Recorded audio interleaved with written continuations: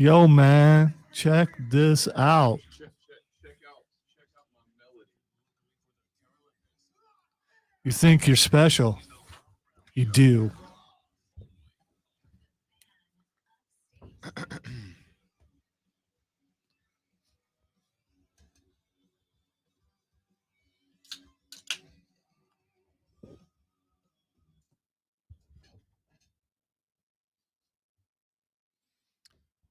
Sup. Sup. Sup, y'all. Sup.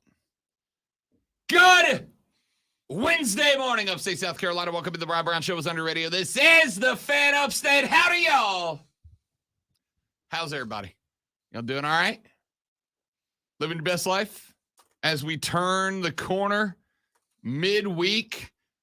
Just about to kick off the back nine. Second half almost underway. Y'all doing good? Good. Great. Good to have you with us here on the show. I am Rob Brown. On the other side of the metaphorical glass and the literal board, he is the Sultan of Swag, the Professor of Perfection, the Wizard of Wave, Colonel Grudge, the Alpha and the Omega of the Fan Upstate. Hashtag Dad Kicks. The great one Lonzo is here as well. What up, Zoe? How y'all doing? Just great. Thanks for asking. How's y'all's family? They doing all right? How's your mom and them? Yeah. All them. All them. We got a lot to get to today. MLB's All-Star game was last night. Apologies to the people on Facebook, YouTube, Twitch, and Twitter because I have to keep moving my camera because Diesel keeps touching my stuff. Isn't it y'all's stuff? No, here's the thing. Since we did it first, everything they do, they're like renting our stuff and they're like touching our stuff and moving our stuff around. It's like, you know, when your brother's in your room and it's like, why were you in there touching my stuff? Stop touching my stuff. Yeah, I'm telling mom. It's my stuff. We got a lot to get Stinking side view. We know your beard is awesome. Diesel does love a side beard profile. He does. And I get it. If I could do that, I probably would do the same. But you know what? Maybe you should install Beard Cam. Beard Cam. If you ask engineering, I'm sure that they would be more than willing to install Beard Cam. So for those of you that don't know, on the 25th, 26th, and 27th, Tuesday, Wednesday, Thursday, 2 weeks from now, we will once again be live at ACC Media Days up in Charlotte, North Carolina, where we will be broadcasting live. I will be there all 3 days, coming to you live from the hotel and gallery where this event will take place in Charlotte. Mark will be there on Clemson's Media Day, which I believe is Thursday. Hey, Rob. Hi, Alonzo. Hey, Rob. Hello. You think ACC Karen's going to be there this year? You think she's going? Would you recognize her when she walks up? 100%. Because she's going to walk up. 100%. Now, ACC Karen gets you 3 days. Here's going to be the interesting thing, right? So this is how it works. For those of you that don't, let me clue you in on the backstory real quick before we get there. For those of you that don't know the legend of ACC Karen, last year, the ACC network, so we've gone to the ACC Media Days the last 2 years in a row. 2 years ago when we were up there, it was because they COVID the first year. Okay. Well, I know we were there, like Mark and I were there a few years ago. Right. So, before I was here. Then the first year, we got to remember, the first year I got here was the COVID year. See, I was thinking collective as a station, but you were right. just talking about you. Correct. As is the norm. Okay. Yeah, all right. All right. I don't know what I was thinking. I don't either. So the last 2 years, I have attended ACC Media Days and done shows live. Now, in the past, it's been 2 days. This year, they've expanded it to 3 days. So the first year I was there. Hey, Rob, real quick. I know I keep doing this, but can you like take the football and like hand it to Cade and have him hand it back to you during an interview? Could you do that? If you don't think I'd be willing to bring a football and on the air be like, can you show me the perfect execution of a running back handoff. I dare you. We'll see. Okay. We'll see. So we've gone the last couple of years. The first year that I was there, 2021, when I was there, we were 5 rows back from where the ACC network. So they have a big ballroom where it's actually the lobby to the big ballroom, but it's a big room in itself where they put all of Radio Row. And there's probably 50 different tables with radio stations set up there. And it's a lot tighter than people probably think, is. as far as it's not spaced out right. like what you would picture. The table that you are on, there are other radio stations at tables that are 2 feet away from you on either sides, and the walkways between are about 3.5 feet wide. You're close to other stations, but at the same time, this is radio. We all understand there's going to be other loud jackasses in there besides just us. You're just used to it. TV people, they different, right? They different. So 2 years ago when we were there, we were 5-6 rows back from where the ACC network does their normal studio coverage, but they do go live from the ACC Media Days, obviously. And so Mark and I were a ways back from them over the 2-day event, and there just wasn't a lot that we did to Impact TV. Last year they had Mark and I 2 tables, two rows away. So we were all of 15 feet from the chairs that Mark Richt and the rest of the ACC Media Days crew, the rest of the ACC Network crew, EJ Manuel, were doing their constant coverage, right? And I don't know, maybe 30, 35 minutes into the show, I brought back the show like I brought back the show. The show has always been meant to be audio Red Bull, high energy, high tempo. Let's go. Let's get some fun in here. Yeah? So I open the show. Welcome back, ladies and gentlemen, the Rob Brown Show live on your radio. This is the fit. And I caught a glimpse of one of the 2 talent members that were on cam at that time, give the old glance back over the shoulder. And if you go back and you watch last year's ACC Media Day coverage, you will see me on camera, right over the shoulder. I wave. Mark and I both wave at the camera multiple times throughout the day, right? So I do that, and a lady walks over to me when I get off the air. I take off the headset, and she walks over, and she's like, "Hey, I know you're doing a show, but I need you to bring the volume down. You are louder on the host mics than the host. You're interrupting the show. I need you to be quieter." To which I'm like, is your show more important than mine? I mean, yes, obviously it is. But is your show more important than mine, Karen? And thus, the legend of ACC Karen was born, because I was catching dirty look after dirty look. Lonzo was here. You'll remember that the next 2 segments, I was like, "Hey, guys, welcome in. The Rob Brown Show's on your radio. It is the Fan Upstate. So glad to have you guys here on the show. We're live at ACC Media Days in Charlotte, North Carolina." And I think I encouraged you to not let Karen. You absolutely did. I mean, we shouldn't let another outlet neuter what we do.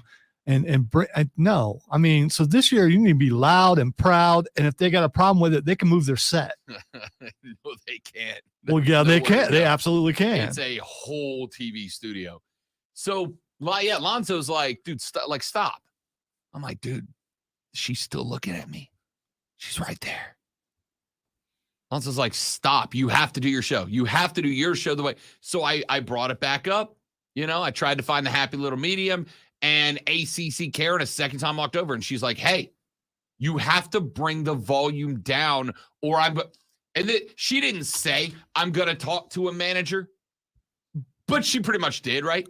She's like, "If you don't, I am going to have your what do you call it? Your little workstation moved back, moved away, moved out of here. We're going to have to move on. Like, we're going to have to get you out of this area." And again, there's nowhere else to go. If I got to broadcast anywhere else, I'm doing it from my hotel room, right? Well, here's the thing. This year, I think you might have a promotions person. And if you do, here's what you need to do. You need to instruct the promotions person, because you can do this, because I've had to do this before, to not let anyone near the table. So Karen cannot get close to you if the promotions person stops her and says, hey, it's our policy that no one can get near the table while a broadcast is going on. And even during the breaks, we're still doing a broadcast. So if you have a problem, please submit it in writing. I am relatively sure that as ESPN and the ACC network bring in tens of millions of dollars to the conference, and Rob Brown does not do that they're probably going to have a little. But you could, you absolutely could. I mean, do better than those guys. Nah, probably not. I think you could. I think you could, and you've had plenty of TV time. So I mean, So the question mark is going to be on July 25th, 26th, and 27th, all 3 days. The Rob Brown Show will be live from ACC Media Days in Charlotte, North Carolina. The question is going to be, A, do I recognize ACC Karen? The answer is absolutely I will. Number 2 is, does ACC Karen recognize me? And C, does ACC Karen make a preemptive strike? Will she be tactically prepared to deal with my volume before we start? Now, I do think one possibility. So the room is big. On the far end of the room, away from where they do the studio show, the escalators from the downstairs lobby that come up to where all the ballrooms are, right? There's like 5 ballrooms up there. There's one massive ballroom, and that's where they do the State of the Union addresses, I call them, from the coaches. That's where the coaches go in. You mean the Dabo room? Call it whatever you want to call it. Yeah, it's the Dabo room. The State of the Unions take place in a big damn ballroom, and then there's 4 other ones that they use for breakout rooms, right? So after Dabo gives State of the Union, they'll put Dabo in a room, and then they'll put Cade Klubnik in a room, and they'll put this guy in that room and this guy in that room, and they do breakout interviews for each team for like an hour, and you bounce room to room and ask your questions. So in this room, those are all on the north side. And then on the south side is effectively the connecting lobby to all those ballrooms, and that's Radio Row. It's a huge room, but over on the far side, on the south side, there's the hole in the ground where the escalator comes up, right? And then so the big part of Media Row is between where the escalator comes up and the far wall where the ACC television crew is set up at. And the majority of radio is there, but there are 2 rows of radio booths that are set up down the hallway adjacent to the escalator, right? And when you go, you will find out, you will see that the layout of Radio Row it's pretty obvious. There's a couple of factors that go in it. Size of the station is big. The stations in like Atlanta and Miami, those stations are towards the front because that's where the coaches and the players are hanging out between interviews, right? And then when you go to the next step down, that's where they start putting syndicated networks like us. That's where they start putting people who are carried on the bigger networks and have connections with the bigger networks. So radio stations affiliated with CBS Sports Radio and ESPN and all these other stations, they're kind of in the second tier between the elevator and the big radio stations before you get to the ACC television booth. And then the third tier is like small market, local, unaffiliated radio stations. And they get put in the back of that room and sideways by the escalators. If Rob Brown shows up, because I'll be leaving and driving up on Tuesday morning, right? I will leave my house around 5 a.m. on Tuesday. That puts me in Charlotte about 7. Time to get in there, register, set up all the gear, and get ready for the 9 o'clock show. I can go ahead and tell you that Tuesday show, the 25th, is going to be slow because I'm going to be tired. So if I get there and I sign in and I get my credentials and they go, there's your table. And it's over on the far side by the escalator. We're going to know that ACC Karen has more power than we expected. Well, so you're talking about on the side next to the trophy and all that stuff. Well, the first year we went, Mark and I were over in that corner. So, I mean, the very last one, because that's when I was trying to get Mark to go swipe an orange. I have an idea. I don't know if you'll do it or not, but I have an idea. It's all radio people are the same. So if you befriend some of the people, on either side of you or next to you and have a contest about seeing who could get the loudest, then she's going to have to pick who she talks to. Radio people are boisterous, but what radio people really like more than anything is winning and contests. So if you make it a contest about who can be the loudest between you and like 3 or 4 other radio stations, what's she going to do? Well, again, I don't know. You don't want to power ACC Karen has. Could she get rid of 5 radio stations? Again, the ACC network is putting 10 plus mil. I don't know what the actual number is. ACC Karen seems like a person who's on the move. She's probably no longer in that position. She might have moved up. Well, she might have. We'll find out. I'll know as soon as I walk in that room at 6:30 in the morning on Tuesday, the 25th. I'm walking straight to that side to see if ACC Karen's in the house. Because if she is, those 3 days are going to be real interesting. But they've moved on to a new producer. Then I'm going to get introduced to ACC Kyle or ACC Karen Volume 2.0. We're going to find out. Point of all of that is, ladies and gentlemen, is that the SEC doesn't have one like that. It's only the ACC. You don't know. That way. You don't know. You ain't been to SEC media. You're right. You're right. I haven't. You don't know. I haven't. They're in a bigger room now. They're in a much bigger room and a much bigger market. They are. I'm sorry, I'm not going with you. Not really. But if I was, I would let the hair down and glare, and that would take care of it.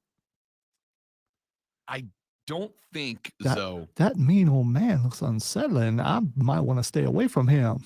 I appreciate your confidence in that you think your imposition on people is going to take away from somebody who's making probably twice what you and I make combined, and her job is volume control. But you're not going to scare me if I got 6 figures on the paycheck and my job is that guy's got to be quiet. I promise. I will if I stand up.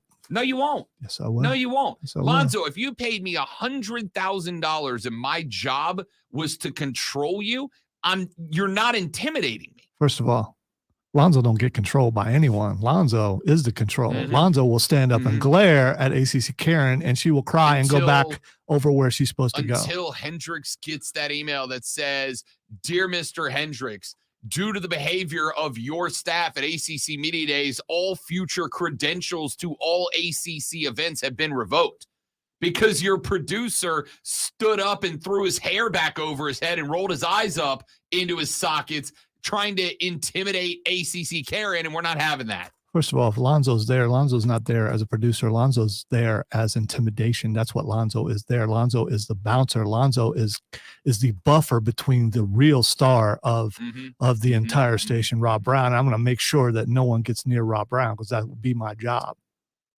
Rob, how much to get you to wear a Gamecock hat on the ACC network? $0. And it's not because I don't think that's hilarious.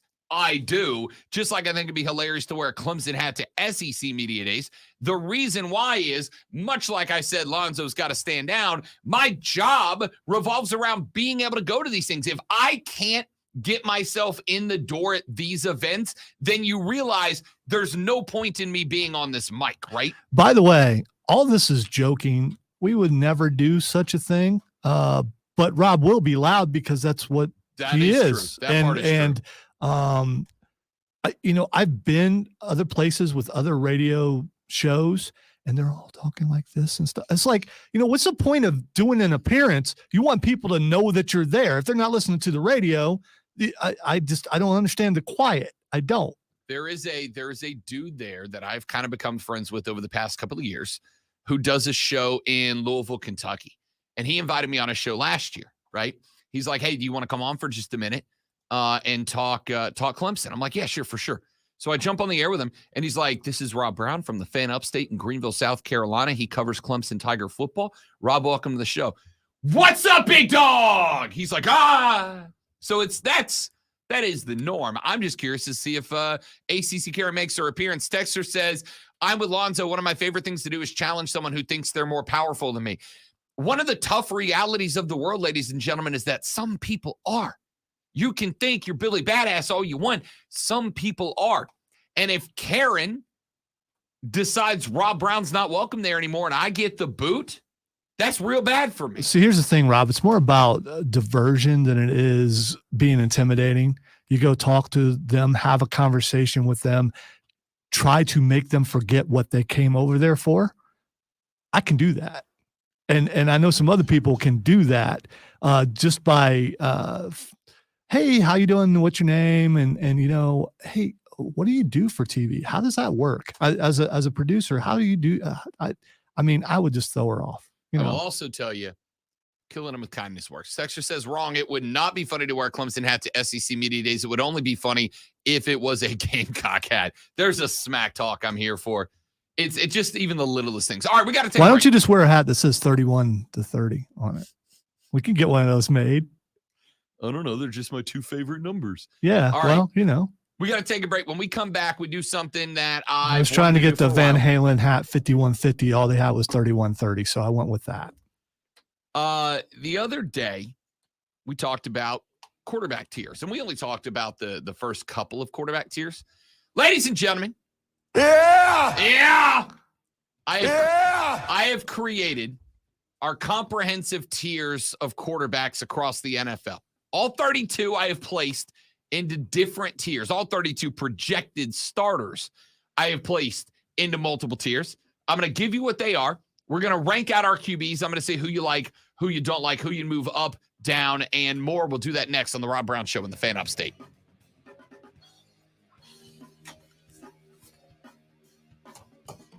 Yeah, really what it comes down to, Josh, is assessing the situation and seeing which would be more effective, the intimidation route or the killing them with kindness route. Or the, hey, I am sorry. I know he's loud. I'll take care of it, okay? You don't need to go talk to him. Let me do it, okay? That's my job. I'll go over there and I will quiet him down.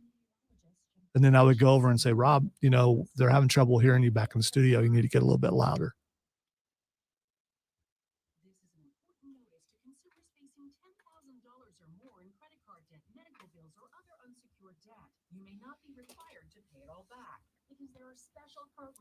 In the end, being professional is what you're supposed to do. But the thing is, I think she was being unprofessional by coming over and doing that. That bothers me when people think that they have power over you because they're supposedly in a bigger whatever. For the record, some people do have power over you. I would love to live in this ideal world that you guys live in where you're just always the most powerful person in your universe, but you're not. No one is. If Karen wants me gone, Karen can get me gone. I seriously doubt that. That's a bad look on the ACC, the media day as a whole, if they get rid of someone for being loud. If you're doing your job and they get, because a stink could be made of it, and solidarity from all the radio people, because they would stand behind you. That's what we do against the TV people. Because there are more radio people there than there are TV people. Yes, but none of us are in a position where our network is paying the ACC millions of dollars. We would all, they would all stand in the alliance, Lonzo, if Mark and they Hendricks would. I both came to you and said, if I came to you and said, I want this on the show, and Hendricks came to you and said, absolutely not, who are you listening to? Even if you really like the idea, who are you listening to? What day is it? It doesn't matter. If I say I have an idea that you like, and then Hendricks says no, who are you listening to?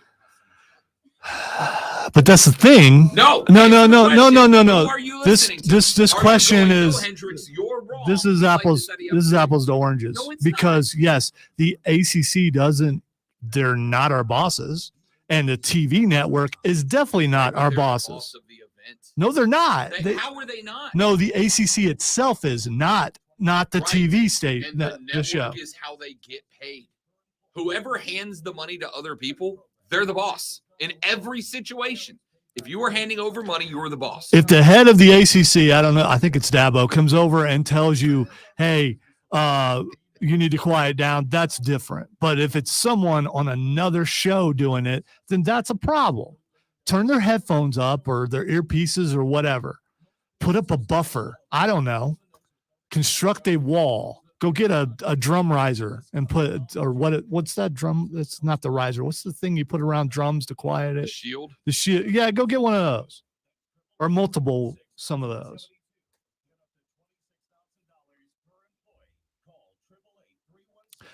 Admittedly, I'm defensive of radio, and I'm always going to be defensive of radio. And the TV people, the haughty TV people, think that they're better than us. We're just as pretty as they are. And I've seen TV people come to radio. They don't do so well because they can't talk for long periods of time without a teleprompter in front of their face, and they need to just back off. That's what. Yeah. Told them. Oh, they're listening. Where do you think they get their ideas from? Radio.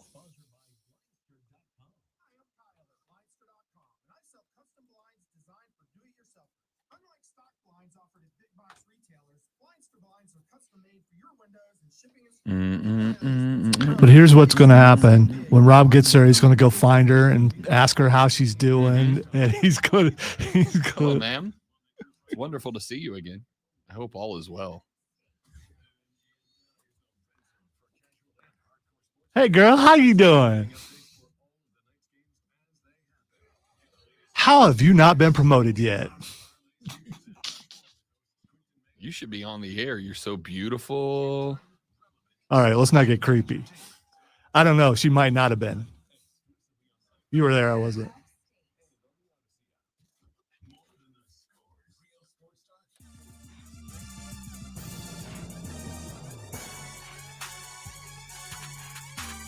So the other day we were having a conversation about quarterbacks in the National Football League. Yeah. And we started talking about quarterback tiers, quarterback rankings. Well, ladies and gentlemen, I have put together this year's comprehensive rankings via tier system of all 32 projected starting quarterbacks in the National Football League. Now, ordinarily with these, you would start at the bottom and you would go up. But that's relatively anticlimactic here because I think we all know what the top of the list looks like, right? So let's start with tier number one. Tier number one, I simply call the best.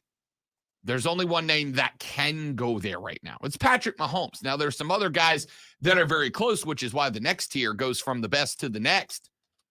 But in tier one, in the top tier, in the A+ category, there is Patrick Mahomes. Patrick Mahomes has won some Super Bowls. Patrick Mahomes continues to have people gravitate to his football team because he's that good. Lonzo pointed out devastatingly yesterday that Kansas City is looking at ways to potentially, not definitively, but potentially clear up some money in the salary cap department so that they could add DeAndre Hopkins. And I would think based on the teams that are looking at DeAndre, if he had the choice to go there or, any of the other ones, yeah, that's where he's definitely going to end up at. We'll see.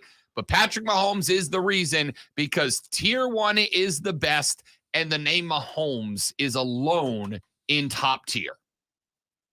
Then we go to tier two. Tier number two is the next. This is the next group of guys that could elevate into tier one. This is the next group of guys that could jump up either alongside Patrick Mahomes or replace Patrick Mahomes on the list of the best. I've got in the next group, Lonzo. As of today, this is based on heavily weighted performance from last year, as well as career success. In the group of the next, which comes after the best, I've got Josh Allen. I've got Joey Ice, Joe Burrow, and I've got Aaron Rodgers. You can't argue with our Aaron Rodgers' success. Aaron Rodgers, 2 years ago, was the NFC MVP. And he was doing so with whom as a supporting cast? A lot of people are looking at Green Bay's failure last year and want to blame it on A-Rod. But again, I would point out, look at the rest of that roster and tell me that anybody else could have done any more than Aaron Rodgers did. So I think he deserves to be in the category of the next, which is the next group of QBs that could be elevating. And keep in mind, it does include career success, but this is based on where I think you are next year. So I got Patrick Mahomes in tier 1, the best. In the tier 2, which I'm calling the next, I've got Josh Allen, Joey B, and Aaron Rodgers. Any of those names in the wrong spot so far, Lonzo? The only thing that I heard that was wrong is it's just Josh. Josh Allen. So I think Josh Allen is not a guy that's where he is based on hype alone. I think Josh Allen has performed. I think the biggest problem for Josh Allen is he keeps coming up against Patrick Mahomes, right? If Patrick Mahomes wasn't a thing, Josh Allen would likely be at the top of that list right this very second. But I got Josh Allen in tier number 2, the next, right behind Patrick Mahomes. And I got Joe Burrow there too. Joey B has a wonderful supporting cast. The problem with Joey B has been the Cincinnati Bengal defense has had a garbage back end. And it's allowed quarterbacks who should not be getting into shootouts with Joe Burrow to do that and to win them. And that's not good enough. Joey B's team's going to be a little bit better this year. I would not be shocked to see Joe Burrow toss his name into the hat alongside Josh Allen, Patty Mahomes to be the AFC's best quarterback. But we'll find out. Skrilla just said, what about Jalen Hurts? Well, ladies and gentlemen, that brings me to tier 3. And I call this tier the oh so close tier. This is the group of guys that are very, very close to getting into the discussion amongst top tier quarterbacks. I got Mahomes, Allen, Burrow, and Rodgers as my top 4. Those are my top tier and top 2 tiers, I should say, quarterbacks. The next group, the oh so close category.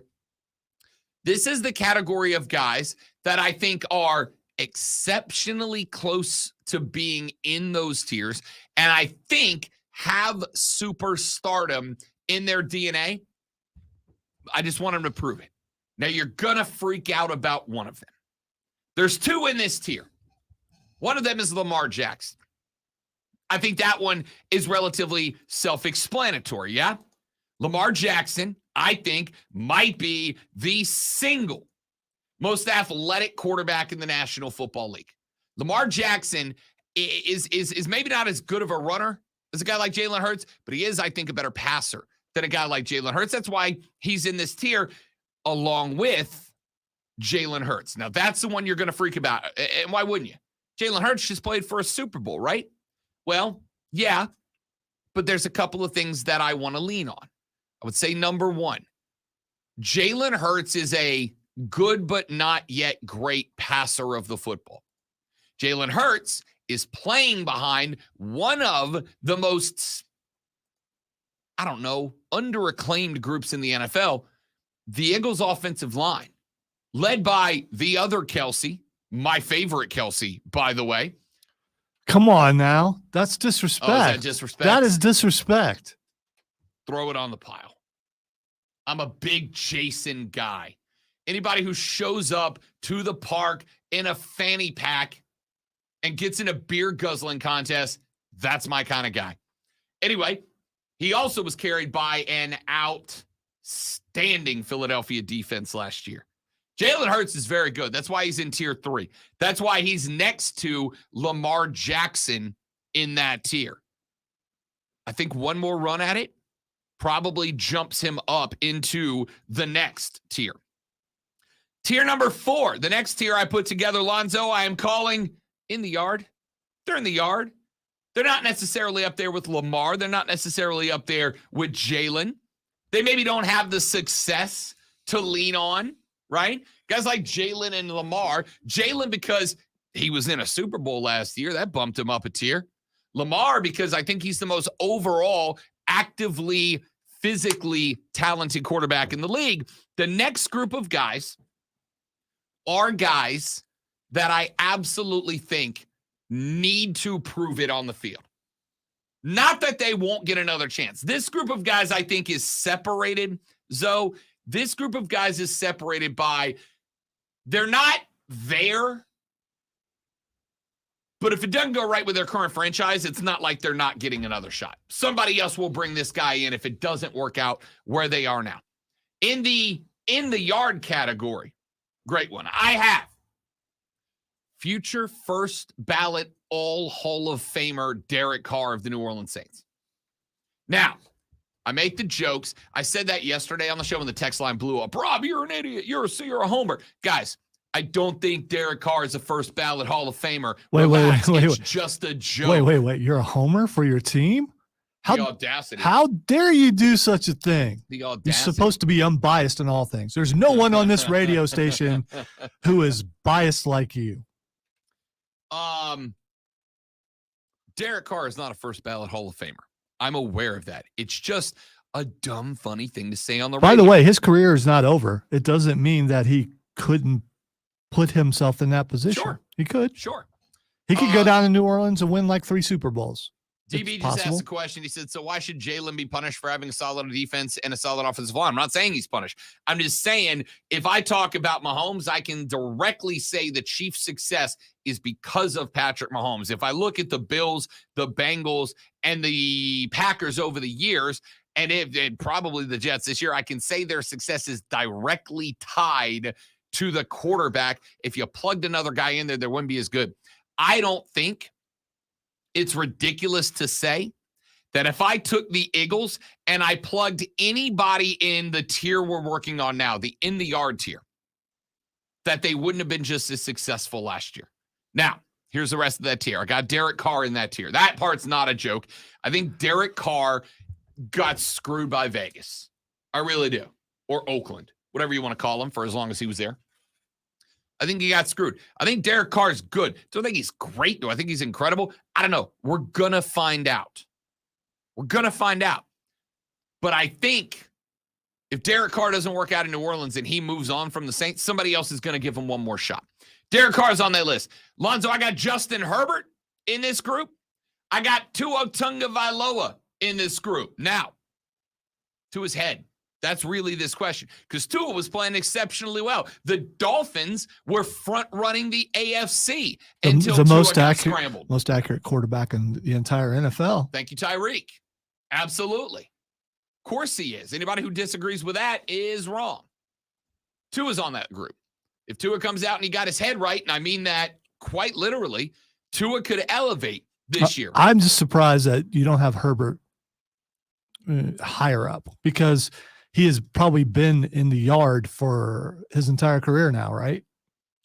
Yes. And I will say some of these guys have had their tier status impacted by the franchise they're playing for. Jalen Hurts in a positive way. I think if I stuck Jalen Hurts in Vegas right now, Jalen Hurts would be way down on this list. But because he just played for a Super Bowl with a well-constructed franchise with maybe the best GM in football on it, Jalen got bumped up to the oh-so-close category. I think Derek Carr is bumped down. I think Derek Carr has oh-so-close category potential, but because of the dumpster fire of a franchise he's been playing for, he's been dragged down by that a little bit. I think Justin Herbert's the same way. I like the Chargers. I think the Chargers need to improve their roster building because it's not gone great. I think Justin Herbert and Tua Tagovailoa both have the chance to jump up. I'll tell you who else is in the yard category. I think Trevor Lawrence is in this category.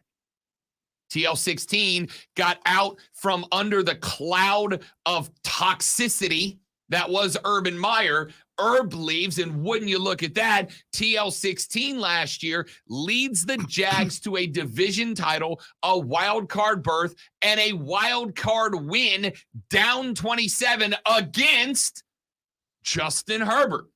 Trevor Lawrence escalated from the next tier down, which we're getting to in a minute, up till that one. See, I'm still not completely sold there, because I think it's the coach and not necessarily the player. It partially is with Doug Peterson. I'm not disagreeing. But I I think he did enough. I think this year, his second year under, we'll find out about Trevor Lawrence. I agree. And that's why I've got him in the yard and not oh so close. Also, alongside Trevor Lawrence, I've got Russell Wilson in this group right now. I think now, here's the thing. 4 years ago, Lonzo, Russell Wilson would have been in either the next or the oh so close category, probably closer to the top than the bottom. The last 2 years, his last year in Seattle, his first year in Denver, were hot garbage. But I can look at Denver and go, they were a horse boat coached program last year. Now he's got Sean Payton pulling the strings, an offensive mastermind in the National Football League. Russell Wilson could take a step up. That's why I think he's in the yard. There is no guarantee that Russell Wilson plays the entire season. None at all. Because if he plays the way he did, especially the first half of the season last year, Sean Payton ain't going to leave him in there. I don't disagree, but I also have to look at when you go, if he plays like last year, look at their team last year. Look at their coaching last year. When it got to the point where they Russell fired their coach halfway through the season in his first year. What I was going to say in Seattle, Russell Wilson had it made because what a great defense he had. He had Marshawn Lynch. That will make you look better than what you are. Then he gets to Denver and you find out what he is. He's going to have better coaching for sure with Sean Payton. We'll see if better coaching brings him back to where a lot of people thought he was, or is he still going to be who I think he is and just mediocre? Alongside Russell Wilson in this group, I've got Deshaun Watson. Big question mark.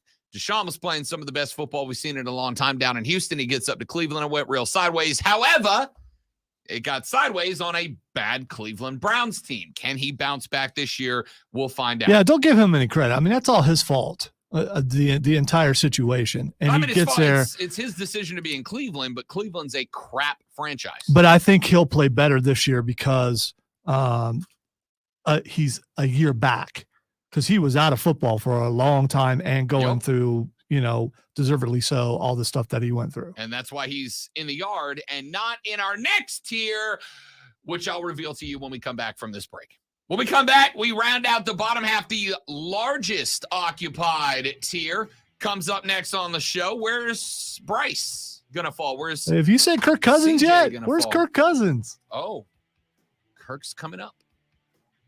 The Rob Brown Show rolls on. You like that? On the Fan Upstate. You like that is still one of my favorite NFL moments.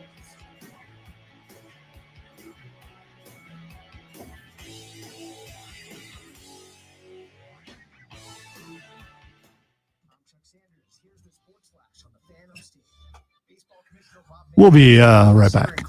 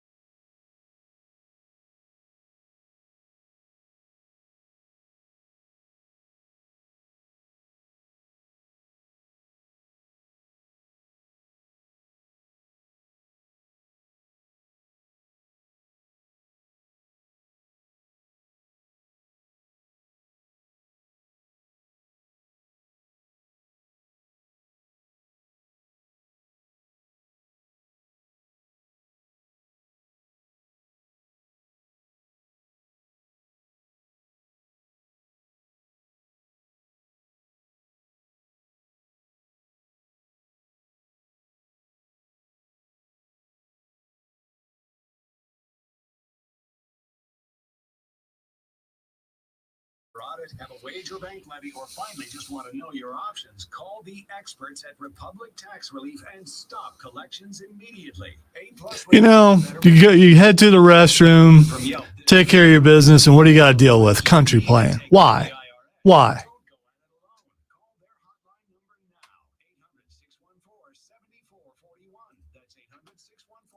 There used to be a time when crossovers happened with country, but they didn't sound like a straight up country song. They sounded like something that was middle of the road that you could cross over. But when it was straight up, last night, okay, that is country. It needs to stay on country.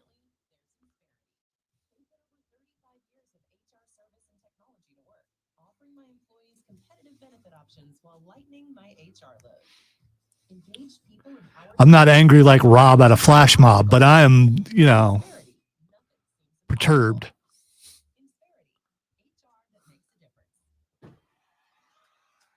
Baseball is in full swing. The free Odyssey app lets you listen to local coverage for the team you love. Live stream your favorite sports radio station or jump back and listen to the best segments on demand. Don't forget we talk to the manager every Tuesday at 2 p.m. Don't listen to some guy from the other side of the country tell you about your team. Live conversations for your Did you see all the trailers that dropped yesterday? I did see some of them.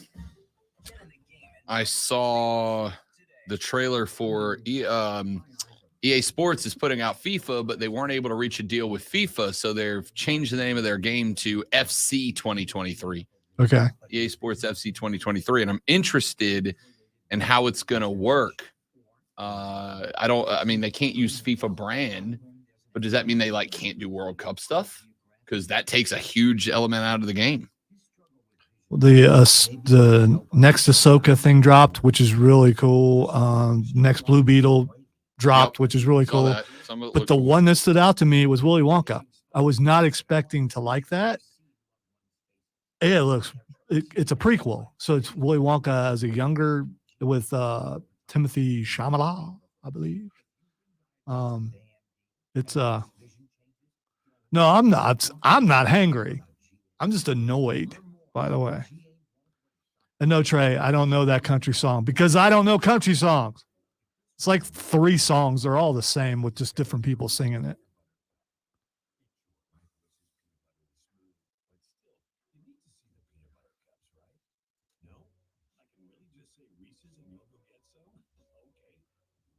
That's the truth, man. Cousins, that dude makes money all over the place. That's making the most of playing like one really good game and then being completely medium the rest of the time. Which, by the way, if anybody's back on that GTA 5 flow right now, hit your boy up because I've gotten obsessed again. I saw you were on there yesterday, but I kind of had a headache and I couldn't put the headset on. I was running missions and trying to see if I could beat the 2 and 3 player missions by myself. I can't. Oh, I thought we were going to hear about some success. Nope.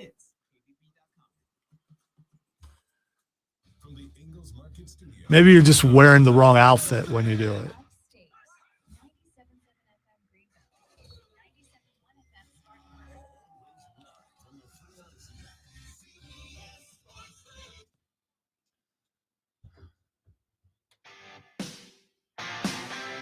All right, so we're ranking quarterbacks in the NFL by tier. We'll do the same for the ACC, the SEC, the Big 10, Big 12, and Pac-12 as we move forward towards football season, which, by the way, Lonzo, we are inside of 47 days until college football kicks off this year. Yay! Here's the tiers we have arrived at so far based solely on me. You guys are welcome to include your thoughts by texting us at 71307. Start that text with FAN, F-A-N. Let me know who I've ranked too low and too high. The top tier is the best. Patrick Mahomes stands alone. The next is the second tier with Lamar Jackson and Jalen Hurts in it. The best is Patrick Mahomes. The next is Josh Allen, Joe Burrow, and Aaron Rodgers. Oh, so close is Lamar Jackson and Jalen Hurts.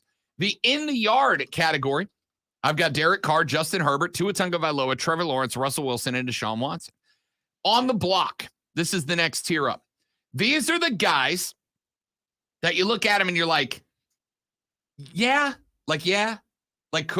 could do it, but you're not throwing any money at them actually doing it, right?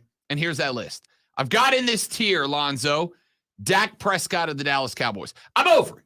Every year I hear about Dak Prescott and how Dak's the guy for Dallas, and it's just every year there's 50 excuses why Dak doesn't get it done. And don't get me wrong, I don't put it all on Dak. I think the Cowboys are a poorly run organization. Dissing America's team. What are you doing? It's not America's team. It's Dallas's team. It's right there in the damn name.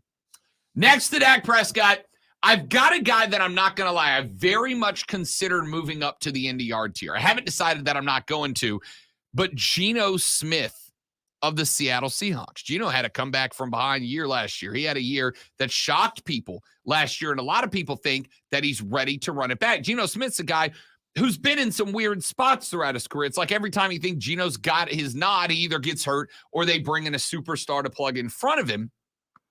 If Geno Smith has another year this year like he did last year, and he's not catching everybody by surprise, Geno moves up. I put Jared Goff in this category. This is a Super Bowl winner, man. This guy's got a ring in LA before they traded him for Matt Stafford. He's still in the league. Jared Goff still plays football. Jared Goff still does for the Detroit Lions. And oh, by the way, the Lions might be good this year. The Lions might be good this year. And if they are, it's going to be in part because of a guy that everybody gave up on Jared Goff. But the fact that everybody gave up on him is part of the reason I've got him on the block and not in the yard. I got Matt Stafford here. I would like to put Matt Stafford higher. I would like to move Matt Stafford up. I think Matt Stafford is one of the most disrespected quarterbacks. Mark Ryan and I butted head for years over Matt Stafford, with me going, dude, he was in Detroit. We didn't do numbers. He was in Detroit, and this is before the current volume of Detroit. Somebody blew my mind yesterday on Twitter. You know how many Detroit Lions playoff games JFK has missed since he died? One. He's missed one playoff game of the Detroit Lions since he died. That's how bad this organization has been. It wasn't on Stafford. And when Stafford got out, he proved that. But why did they pick JFK for that? I mean, because I think if you go further back, the number increases to 2, and 1 sounds better with an old name. Okay. That's my thought. All right. Now, Stafford got bumped because we found out a couple of days ago that Sean McVay and the LA Rams apparently put Stafford up on the block. Didn't just put Stafford on the block, trotted him out to find a trade. Nobody wanted him. I think that's because he's on this tier. Daniel Jones is on this tier. DJ has shown us some stuff here and there, but it's been wildly inconsistent. Now, how much of that is on the Giants? We're going to find out because the G-Man seemed to be improving. I got Kyler Murray in this tier. Same reason. Kyler Murray has showed us some flashes of greatness. He's also shown us that his head's not all the way screwed on sometimes. Kyler Murray's in this group. I got Kirk Cousins in this group. Kirk can come out in non-primetime games and look like a freaking all-star, and then you put him on Monday Night Football, and he just absolutely collapses. His inability to perform in the spotlight has him in this tier. You know, the flim-flam man, the grifter, the guy that you watch in movies and go, how'd he get away with that?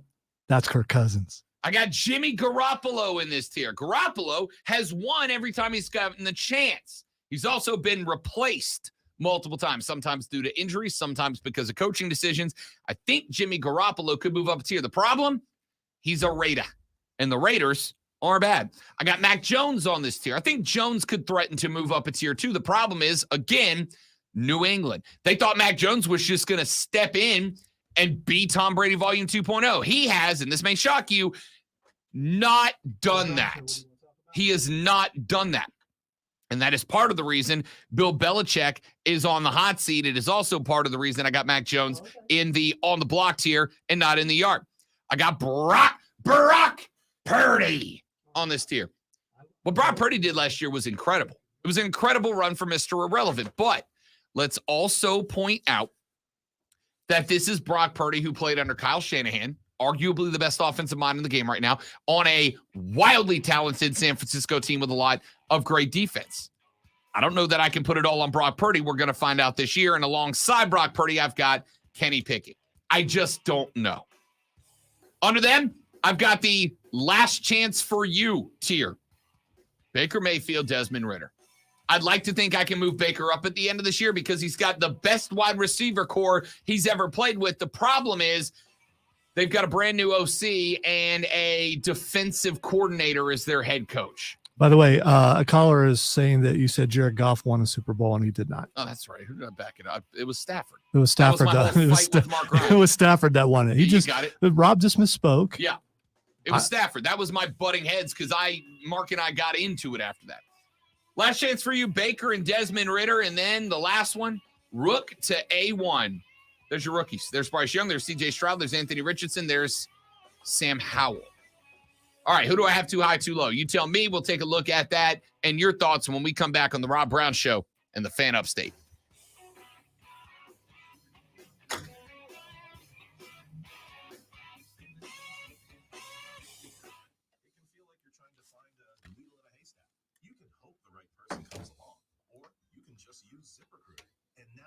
Kirk Cousins is Sam Bradford collecting a bunch of money for doing the least, consistently so. But when he's on, he's on, right? You can't argue with that. When he's on, he's on.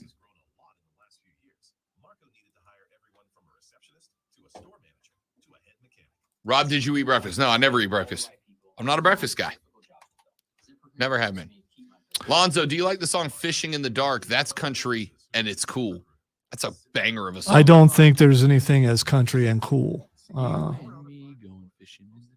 Lying on our backs and counting the Hey, man, stars. if you're going to sing a country song, put some twang into it. Where's your twang? There's no twang in that song. I Country is bet the there default is. twang. I guarantee you there's twang in that song. Steven, what's up? Welcome in, big dog. Willy Wonka prequel. Could be. I don't know, man. I saw it and I was like, No, watch the entire trailer. I did. Old, who was it? McConaughey is an Oompa Loompa? That's not McConaughey. Who was it? Bradley Cooper? I don't know. No, It was it's one of the not handsome Bradley guys. Cooper. No, it's not. Who was He's an older guy. He was just in Dungeons and Dragons. He was the bad guy. Was it Hugh? Yes.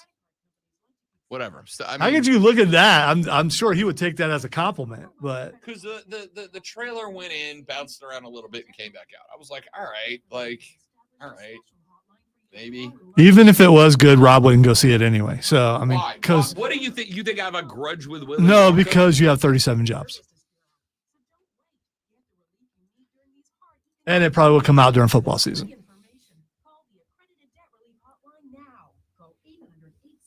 Thank you, James. Solidarity, man.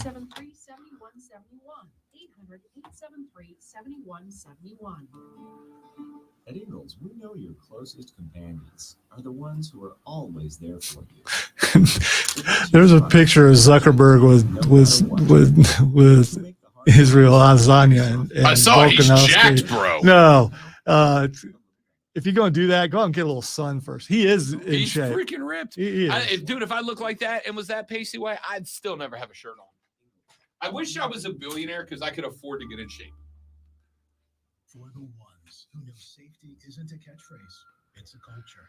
And the ones who help make sure everyone makes it home safe.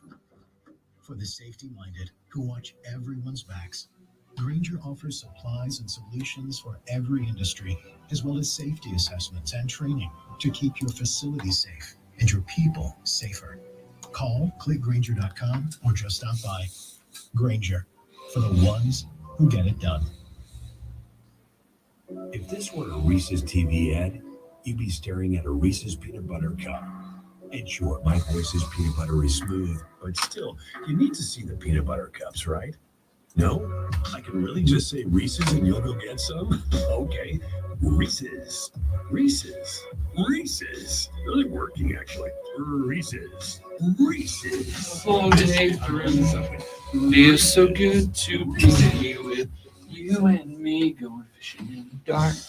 Lying on our backs. You put that song in my head, man. I can't believe you did. I can't believe you did this. All right, I'm going to have to check it out during another break to make sure there's no twang in it, because I guarantee you. So you put money on it saying that there's no twang. No, I'm not going to, because you're going to hear it and you're going to go, oh, it's country, it's got twang, even though there's no twang. You will hear it, much like you It's- accuse me It's played on the commercial, right? of making my No, it's on the decisions. commercial, right?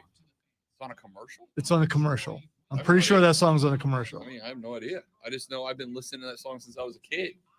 Nitty gritty dirt band. Oh, I thought this was a new song. No. Yeah, I'm pretty sure it is. Someone may have remade it.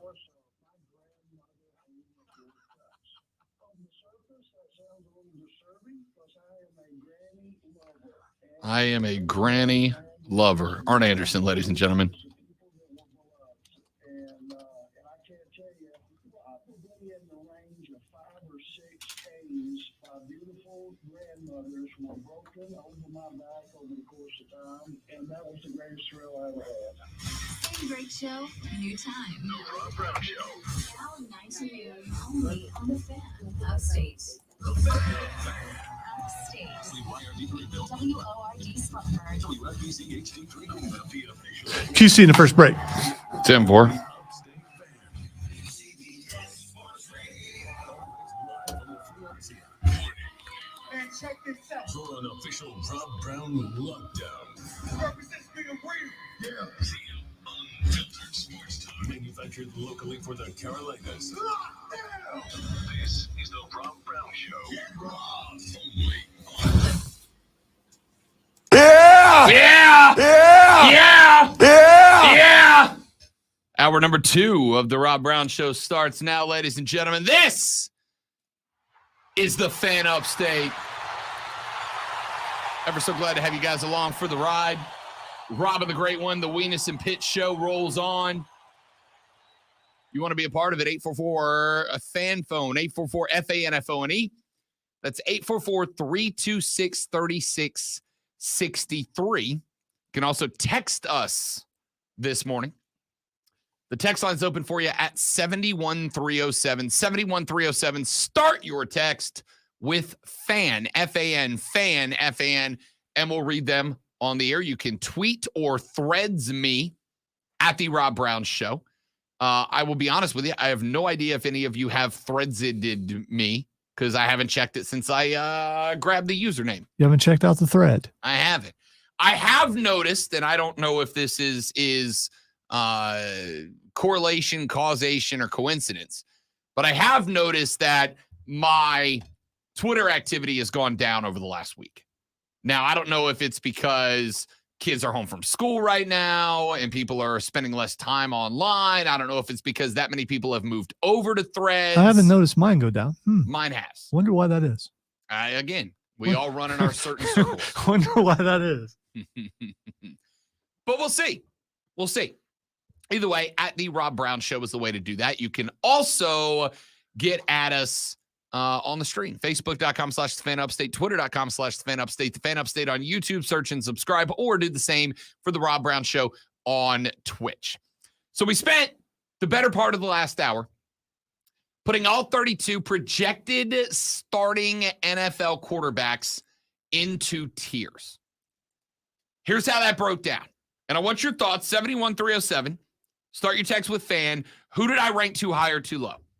Tier number 1, I called the best. It's got Patrick Mahomes in it. Tier number 2, I called the next. That's Josh Allen, Joe Burrow, and Aaron Rodgers. Tier 3, I've got the oh-so-close tier. That's Lamar Jackson and Jalen Hurts. Tier 4, I've got in the yard Derek Carr, Justin Herbert, Tua Tagovailoa, Trevor Lawrence, Russell Wilson, and Deshaun Watson. Tier 5, on the block, I've got Dak Prescott, Geno Smith, Jared Goff, Matt Stafford, Daniel Jones, Kyler Murray, Kirk Cousins, Jimmy Garoppolo, Mac Jones, Brock Purdy, and Kenny Pickett. Tier number 4, I've got last chance for you, Baker Mayfield, Desmond Ridder. And I want to sit here for just a minute on these two guys. This is it for them. This is it for them. And I think it might be a little early in the career to say that about Desmond Ridder because he's just getting his look. But Desmond Ridder in his time as QB1 after Marcus Mariota departed the Falcons last year went real bad. Went real bad. But the Falcons were bad, right? This year, Desmond Ridder's got an opportunity. Texter wrote in and said, quote, Rob, Desmond Ridder is going to prove a bunch of people wrong this year. He was great at Cincinnati, and he's more than capable of succeeding in a play-action offense. And I do think Atlanta's got to lean on the play-action this year. That's the point of spending the first-round draft pick on Bijan Robinson. With the lineup that they have of Robinson, Allgeier, and Patterson, they have got maybe, if Bijan Robinson is him, they have got maybe the best three-headed monster out of the backfield in the entire National Football League. Atlanta is going to ride the run game to boom or bust. And if you're doing that, You got to lean on the play action. You've got to keep defenses honest by going, yeah, we know it looks like we're going to hand it to Bijan every time, but sometimes we're going to pull it. Sometimes we're going to throw it. And that's where Desmond Ridder has to succeed. I agree with this texter. He is capable athletically of doing it, but I got to see him do it before I'm going to say, yeah, that's the guy. What I will say is if he can't do that, the reason I don't have him in that next tier up, that on the block tier, right? The on the block tier is guys that I think, if they don't get it done with their current team, could get picked up elsewhere, but likely they're going as either a placeholder, an experiment, or a backup, right? What if we took Kyler Murray and we put him in a different style of offense? Would he be able to thrive here? What if we took Dak Prescott and lifted the pressure of being the quarterback of the Dallas Cowboys off of him and put him in a place where there's a little bit less pressure? Would that work? That's what that tier is for me. If Baker Mayfield does not get it done in Tampa Bay this year, then he's done. At least as a guy who's got an opportunity to earn the starting spot. Baker's going to roll out there with Mike Evans. He's going to roll out there with Godwin. He's going to roll out there with the best wide receiver core he's had anywhere. Now, I do feel bad for Baker, as I pointed out, because he's going with a new OC again. I think Baker's had a new OC every year of his career so far, and with a head coach who is a defensive coordinator. With all due respect, Todd Bowles is the definition of the Peter Principle. You know what the Peter Principle is? So the Peter Principle is, by default, people are always elevated to one position above their most proficient spot. Some people, and I've heard Lonzo say this, so I know he agrees. Some people, Lonzo, they're just the coordinator. That's the best they can be. In radio, some people are wonderful performers as producers. And then you pop a mic in front of them, they lose their mind. I disagree. Right. It's the Peter Principle. I experienced it when I was a bartender. When I was a bartender, there was another lady who was an exceptional bartender. When my bar ran on a split tip system, we all fought to be on her shift because this bartender would routinely bring in 2.5 times the amount of tips that anybody else at the bar did. She was good. She was fast. She was efficient. She knew her recipes. She had a wonderful personality. People just gave her money for existing. She was great. And so if you worked a shift with her, you were going to take home 60, 70% more tips than you would if you worked with anybody else at the bar. She was very good. And because she was an excellent bartender, my boss elevated her to assistant manager of the bar. And she sucked at that job, dude. She sucked at that job. She was bad at organizational skills. She didn't know how to build a schedule. She didn't know how to order drinks. The bar was frequently running out of the most popular beers. She was bad at that job. And then the boss came to her and said, hey, I'm going to demote you back to head bartender. And she was like, no, I'm not doing that. I'm not taking less money and getting demoted. I'll go to another bar. So we had two choices. Leave the best bartender in Destin on as assistant manager and head bartender. Pay her for both jobs so he could keep a bartender who people came to our bar just to see her, or let her walk. Lose the best bartender in Destin and find somebody. That's the Peter Principle in action. I think Todd Bowles is that. He was a good defensive coordinator for Tampa. He got elevated to a head coaching job, and I just don't think he's that guy. And unfortunately for Baker Mayfield, I think Baker's going to suffer. Because I don't think Bowles is going to know how to run an offense. I think Tampa's going to suffer because of it. And I think because we do this as fans and analysts, they're going to hang it on Baker. Well, Tampa would have been fine if it wasn't for Baker Mayfield. I don't think it's on him, but we'll see. Right next to him is Desmond Ridder. Desmond Ridder did not show me, and maybe he does this year. That would move him up a tier. Desmond Ridder didn't show me anything in year one that made me circle his name and go, this dude's just waiting for the right situation and he's going to break out. If Desmond Ridder fails with Atlanta this year, he's done. Nobody's going to take a flyer. That's why I got him there. And then finally, ladies and gentlemen, I have the last tier. Now, this tier is interesting because it's not on the bottom of the totem pole. It's off to the side. It's a tier for guys who we don't have any way to rank them yet. I call it Rook to A1 because it's a chess It's thing. a chess thing. But Yeah, they're yeah. also predominantly rookies, you know? Do you play chess? No, because, and this may shock you, I'm dumb and chess is for smart people. Okay, because I would bring in a chessboard and we could, No. we could do that. No, Like during a break. no, I'm good. Okay, all right. I'm good. It's not that I don't love a good competition. It's that I'm dumb. And chess is not for people who are dumb. The only way I can win at chess is by just doing the dumbest things and hoping you don't know how to respond. It's see the old phrase? It's like playing chess with a pigeon. He's just going to knock the pieces over and poop on the board. But a metaphor. I don't think you have to be smart to play chess. You just have to memorize No. strategies. You don't have to be smart to play chess. You got to be smart to win chess. Anybody can play chess. I know how the pieces move. I might be horrible at it. Rook to A1 includes, obviously, Bryce Young, CJ Stroud, Anthony Richardson. But there's two other names that I have on this list. The other names I have are Sam Howell at Washington, mainly because while we did see Sam Howell last year, it was very brief, and he's on a real bad team. I love Riverboat Ron. Ron Rivera seems like an awesome guy. All the stories I've heard from Zoe and the gang about meeting with Ron, he seems like a Class A dude. I love the guy. That being said, this has nothing to do with Ron Rivera. It has nothing to do with Sam Howell, and it has everything to do with the absolute dumpster fire inside of a slightly larger dumpster fire that is the ownership and upper management of the Washington Commanders. Guy, Dan Snyder, is hot trash, and it's impacted everybody under it.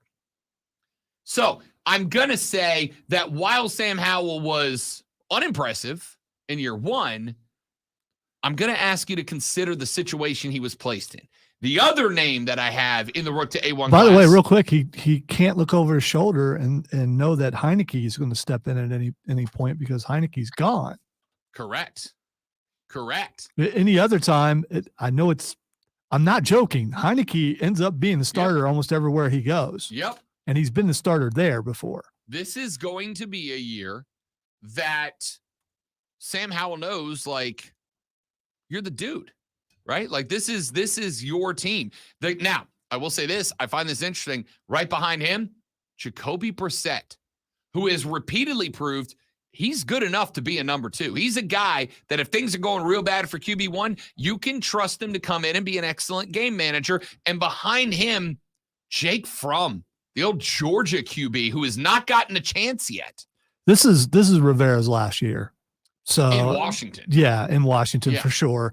Because he's not going to win with those No. guys. No, he's not going to win with that team. So we'll leave Sam Howell on that list as I just don't know if he's good enough. I'm going to leave him right there. And on that list, Jordan Love, new Green Bay Packer quarterback. I got no idea, right? I know he wasn't good enough to supplant Aaron Rodgers at a point in time when I'm sure Green Bay was already looking to move on before they did, but it's Aaron freaking Rodgers. I was my going to say, dude. how many rookies, if you put them behind Aaron Rodgers, are they going to supplant him? None, not as true rooks, right? None. So I think Love is on that list as well as a guy that he gets a prove it year. This is the category I had Trevor Lawrence in last year, right? Even though it was year 2 for TL16, I was like, no, we have not seen what this guy can be because he was under the biggest joke of a head coach in the history of the National Football League, Urban Meyer. And he's got some time to get that stank up off him, and he did that. And now TL16 skipped from rook to A1 all the way up above on the block to in the yard just based on his performance last year. I think Jordan Love could do the same thing, or he just bumps up from rook to A1 to last chance you. And I don't know yet. We just don't know. That's why he's in this undefinable category. All right, a couple of texts that have come in so far, and then we'll get away from this in the next segment. Texter said, completely agree on Ritter and Baker. This is their last chance. Lamar has to stay healthy. Yeah, Desmond Ritter is not. Here's the thing. Baker showed us enough in Cleveland. He showed us enough times, though. Damn, he's got it in him to be that good. Right? We saw Baker Mayfield at Cleveland. Hell, a couple of times in Carolina, we saw Baker do some stuff that we were like, maybe this guy can do it, which is why he got multiple chances. Not to mention the first game with the Rams when he had like been there a day. And lit it up. Yeah. Right? He has showed us that in the right situation, with the right staff around him, he can be that dude. That's why he gets another chance. Desmond Ritter has not done that. And on top of that, in the brief time he's gotten the opportunity, he hasn't, at least to me, shown me enough of the flash that I'd go, yeah, one more shot though, right? Like move him to it. Here's the thing. He's in a Falcons organization that appears to, on its surface right now, be the best it's been run since Dan Reeves was the head coach, right? So I don't think it's an awful spot for him to be in this year, but that also creates a situation where a lot of other teams are going to go, all right, you haven't showed any flash and sizzle. You haven't showed any steak. You also don't look like you're in a franchise that, you know, I look at Cleveland, I look at Washington, and I can forgive guys for having a bad year there because the franchise is so bad. Atlanta's not in that group right now. It doesn't appear. Arthur Blank is widely considered one of the best owners in the National Football League, and now Arthur Smith is rapidly rising up the NFL coach power rankings. They went and got him some support. They got a top 7 offensive line. They got the best 3-headed running back stable in the NFL. If Desmond can't do it here, nobody else is going to take a flyer on him before they go grab a rook somewhere and see if they can grow their own. That's why he's in this tier as opposed to one tier up of he's got one more shot if this doesn't work out. Texter said, Rob, Desmond Ritter will be benched by week 4. Heineke will take over and win the division. I'm going to go ahead and tell you right now. The Falcons aren't winning the division this year, right? They're not there yet. Now, if they would have stumbled into a quarterback, they'd have been in the mix. All right, time for breaking news. That is probably not that breaking news, but it is breaking news because it just broke. That's how breaking news works. It is. According to Adam Schefter, which means he was handed a memo by the NFL and the NFL Films have selected the New York Jets to serve as this year's team on Hard Knocks. Who the hell else was it going to be? All right, so now you see why I said that. It is breaking news, but we all knew it was going to be that, but now it's confirmed. Yeah, who else was it going to be? Who's breaking news brought to you by? Our friends at BetQL. Be a better beat the books with our friends at BetQL. And don't forget to listen to Bet for the Cycle every Saturday noon to 4 on the BetQL Network, hosted by former Major League Baseball player Cody Decker and me, The Rob Brown Show. We'll come back to that in a minute because I do want to talk about it. You kidding me? You think I don't want to see Aaron Rodgers microdosing shrooms before practice? Hell yeah, I do. Do they liquefy that? I don't know. I mean, I don't know that you know, but I mean, don't know. And I don't want to look up how they actually do that. Do they ingest them by frying them? Do they eat them raw? I'm curious. No, I ingest my mushrooms by frying them. A nice deep fried portobello is a game changer. You lay that on top of some steak and potatoes. I remember visiting Ohio, and my cousin was frying up mushrooms, and my kids were in their teens, and they act like they wanted some, and I had to ask my cousin, "Are those okay?" And he laughed his butt off and said, "Yes, they are." So, I mean, so I really don't know how they do that. We'll come back to that because I do want to talk about that. I bet the stream knows. Somebody does. Look, here's the thing. We're getting text about Desmond Ridder.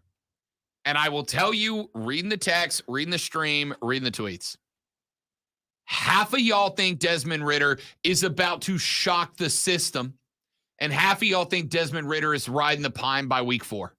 It's 50%, man. It's 50%. I don't know the answer. You don't know the answer. What I do know is I haven't seen enough out of Desmond Ridder to place me in the definite group. I also know last year was a rebuilding year for Atlanta, despite the protests from Atlanta fans trying to convince me to the opposite, which I'm sorry, don't believe you. Didn't believe you then, don't believe you now. I just don't think there's enough to Desmond Ridder where if he gets canned in Atlanta and he gets benched, he gets another opportunity elsewhere. I just don't see it. But we'll find out. I will tell you this. If you go to Heineke, you most certainly aren't. Atlanta's on my list of teams. We'll do this later in the either in this week or next week. Atlanta's in a group of, I think I put together 4 teams that I absolutely considered shock division winners.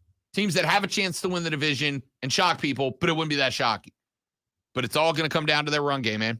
All going to come down to the run game. All right, we'll talk about that later on in the show as well. Texter said, let's see here. Lonzo is so salty about Clemson saying TL16 is about the coach. Please take away Kelsey from Mahomes and see how good he is. Oh, he would still be really good, but yes, he's an absolute cheat code. And I swear to you, that damn cat, dude. Why is that cat louder than everything else? It's not. Yes, it is. It's not. It has treble to it. It has Move- treble to it. Move the volume to one spot and leave it. And now play LA Knight and then the cat. Yeah. Now play the cat. No. Don't play I anything. just want to point out bass in LA Knight. Inconceivable. A little more treble there. Sounds a little bit Play the louder. cat. That is louder. It is not. It is not. You know it's not. Look. That is louder. Look. You wanted to make your case and it didn't work. No, I don't have to. That was louder. Yana, I believe that my friend across the aisle is wrong. Yana, the guy across from me, the youth across from me is lying. And you know it, Yana. All right. Don't like it. Texas said TL16 deserves to be in the yard. Yeah. I think I've got him in the, so I've got him. What did I put in? Let me pull my tier list back up. I put it away. I've got Trevor Lawrence. I do have Trevor Lawrence in the yard. Question is, does he jump from in the yard to oh so close this year? It's a Clemson fan going, you're sliding him. And he's exactly where you said he was. And by the way, now we're getting text from our dear listeners talking to us about exactly how to microdose. So cool. Good job, Lonzo.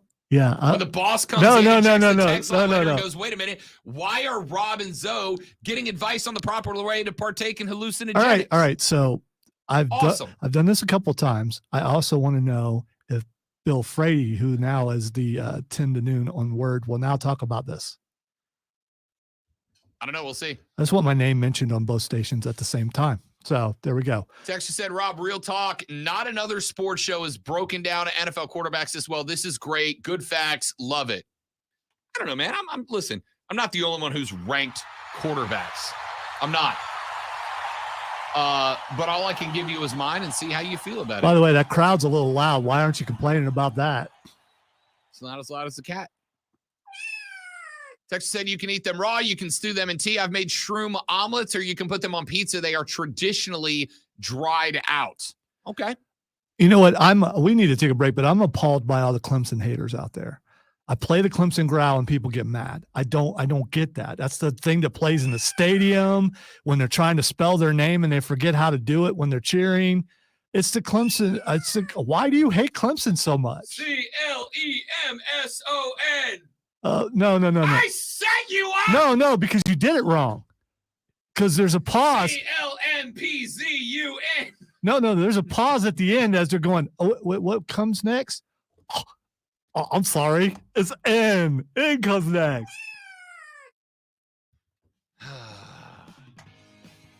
DB says, yes, the cat is louder. I know that. Because it has treble and it absolutely. Whatever the reason is, it's louder. All right. So I'm going to find some more treble heavy clips to play. No. and No. so, to prove my Nope. point. Nope. I'm going to do that. Nope. I don't need to prove my point. You guys hate Says, Clemson. Grinded powder form into pill capsules. And Texture says, sometimes before work, I'll microdose on a quarter gram or so. Tiny bit puts you in a good headspace. If you want to get trippy, you'll need at least 3.5 grams. So there you go. Just handed out free advice on the show, I guess, today. I told you they knew. Back after this on the Rob Brown Show in the Fan Upstate. QC. All right, guys, got a live read. Stay right there. We'll be right back.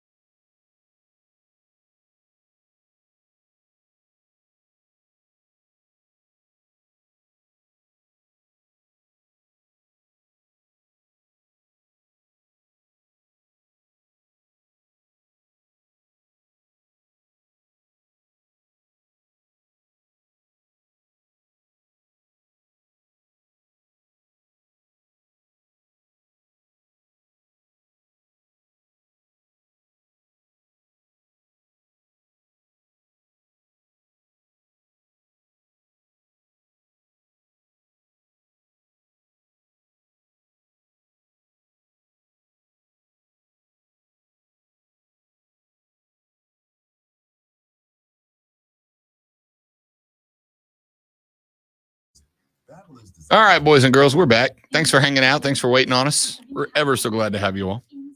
All right, tell him I was right. There's one line that No, has twang in it. the entire One first chorus, I line.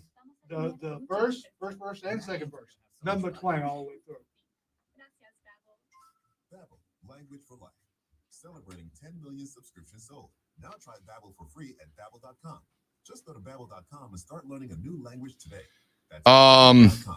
BABBEL.com. The Carolina Hurricanes just put out their theme night schedule, and January 11th is a Thursday, but it's Star Wars night. I might be taking January 12th off. Every hockey team does a Star Wars night, and I'm here for it.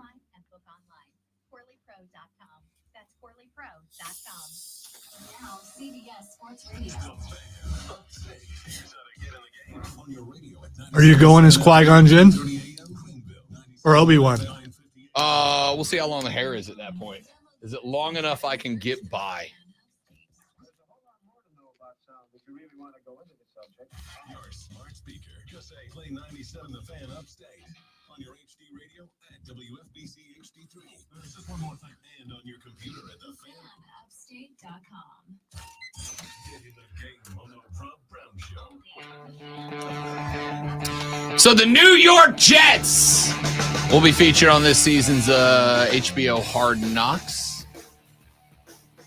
First realization I had is that means that at least an episode of Hard Knocks will likely be filmed on the campus in Wofford in Spartanburg, South Carolina, as the Jets and the Panthers will host a joint practice before preseason game. For which I asked the question, what did Lonzo and I do to be ridiculous and get on Hard Knocks this year? We'll see. Second thing is, obviously, this was the team they're going to pick. The saga of Aaron Rodgers continues. Now, Aaron Rodgers is, and this is going to come at no surprise, it's maybe the only thing that we can agree on when it comes to Aaron Rodgers. Aaron Rodgers is a polarizing figure, to say the least. I think everybody understands Aaron Rodgers is a wonderful quarterback. Off the field, Aaron Rodgers is a polarizing figure. I don't consider him polarizing. I do, and you're wrong. Hey, excuse me. I'm trying to do a radio show over here. Could you quit being so loud? Sorry. Aaron Rodgers is a polarizing figure. Aaron Rodgers is also a figure of great drama. You've got the drama of the Packers and the trade, the fans who feel like Aaron Rodgers stabbed them in the back, Aaron Rodgers potentially feeling like he was stabbed in the back. He's made that clear over the years. You've got obviously the hype around the New York Jets. I said last year, midway through the season, I think the Jets are good. They just got to find a quarterback because Zach Wilson and his mom's friends ain't it anymore. They've got to find a QB, and this team can take a step. Well, now they have.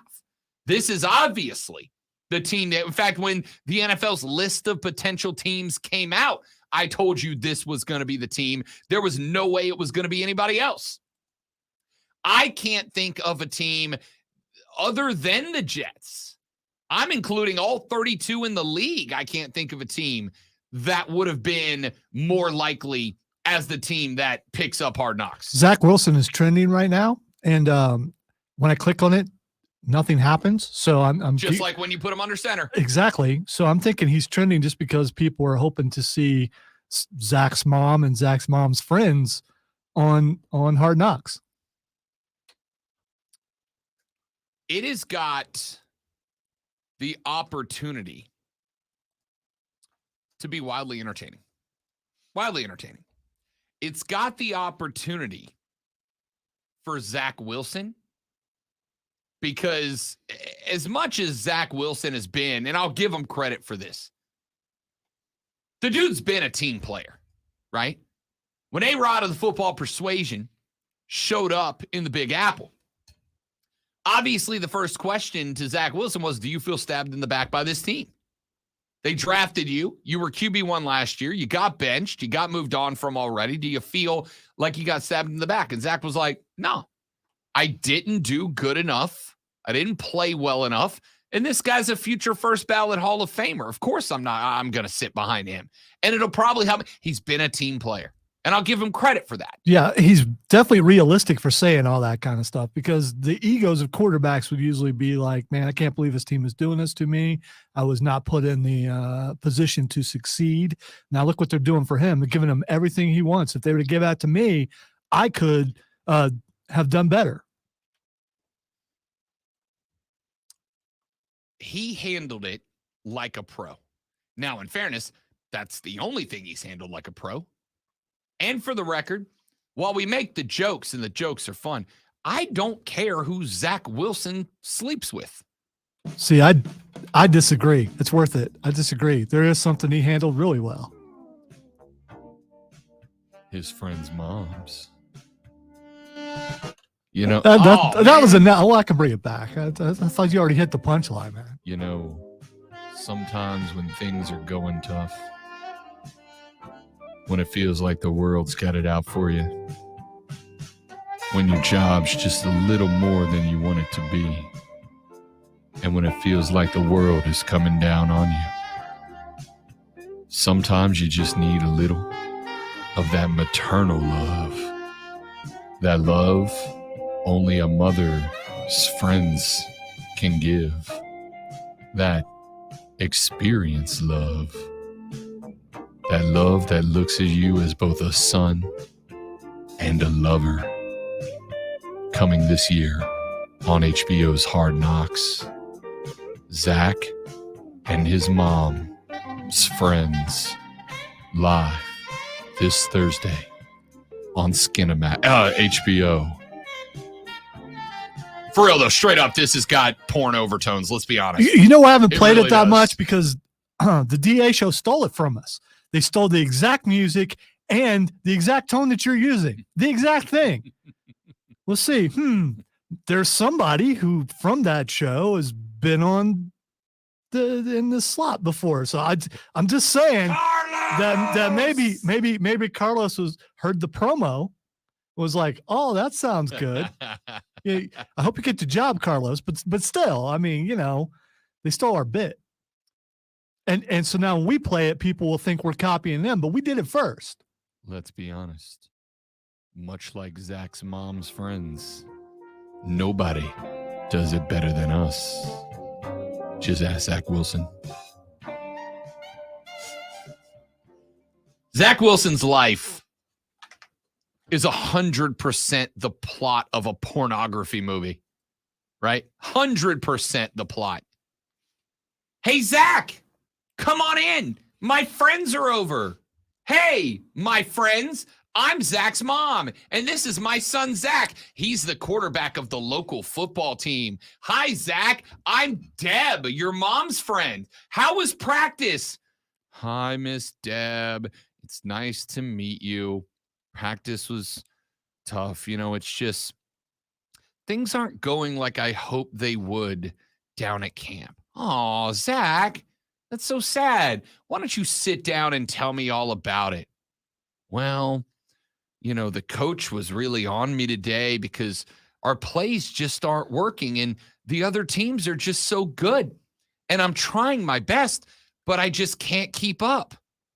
Well, if you need help keeping up, I know something. By the way, I think you're missing something that's a really big positive for Zach Wilson, and that's Aaron Rodgers is an older guy. And as an older guy, he dates older women.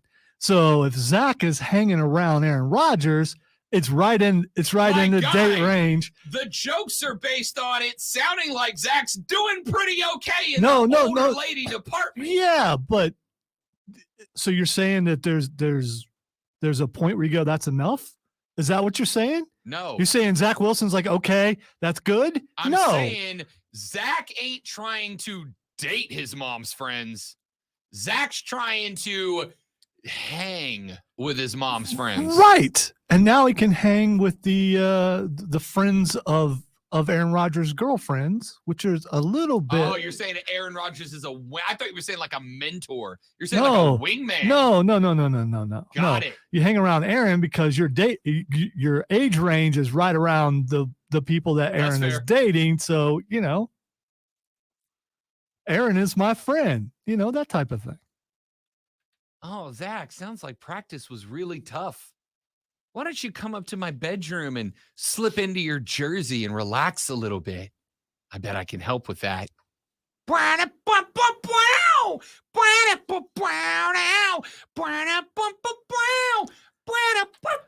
See, I would play the music again, but Rob's version is just so much sexier. Oh, man. Dear Zach, there's lots of crusty crabs in the sea, says the texter. Texter said, why do you know what Skinamax is, Rob? Because, texter, I was 13 in the late 90s. That's why. When you would walk to the TV and you get those diagonal static bars, but every now and then, if you put the antenna on the TV just right, and if you hit it in just the right spot, every now and then, you and your 13-year-old friends would see just the briefest glimpse of one half of a pretty lady's chest.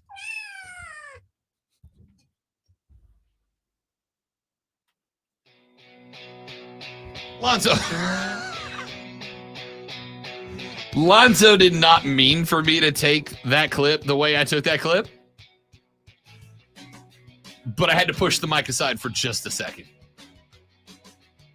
Anyway, when we come back here on the Rob Brown Show, last night's All-Star game was as sexy as Zach Wilson's mom's friends. I'm your Huckleberry. Did you enjoy it like I enjoyed? Was it as good for you as it was for me? Yeah! We'll find out next on the Rob Brown Show in the Fan Upstate.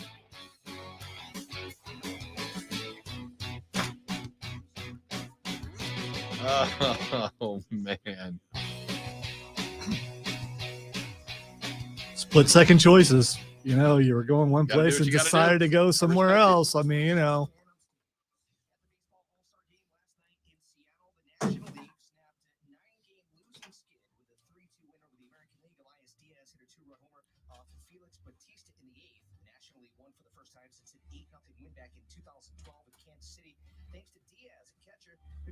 Rockies player to win the All-Star MVP award. He was also the lone representative for the Rockies in his first All-Star game appearance. At the age of 32, the Colorado catcher put his name on an award won by the likes of Willie Mays, Joe Morgan, Frank, and Brooks Robinson, and both Ken Griffey's, as well as Mike Trout. Diaz says, quote, I honestly can't believe that my name is going to be next to some of those names. The All-Star game winner no longer decides home field advantage in the World Series. That goes to the team with the better regular season record.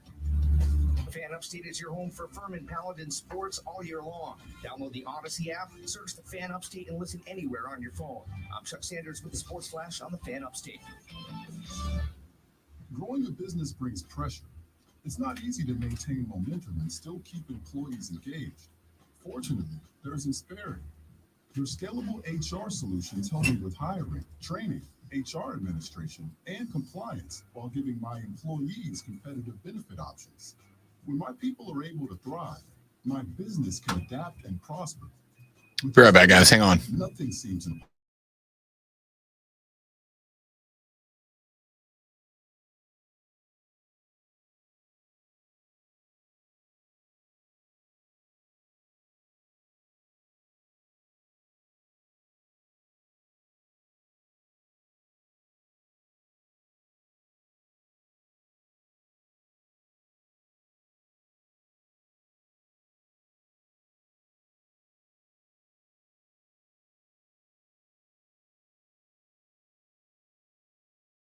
Absolutely no risk. If you don't get paid, we don't get paid. Most businesses do qualify, even those with no decline in revenues or those that already got PPP. Discover how much you can claim.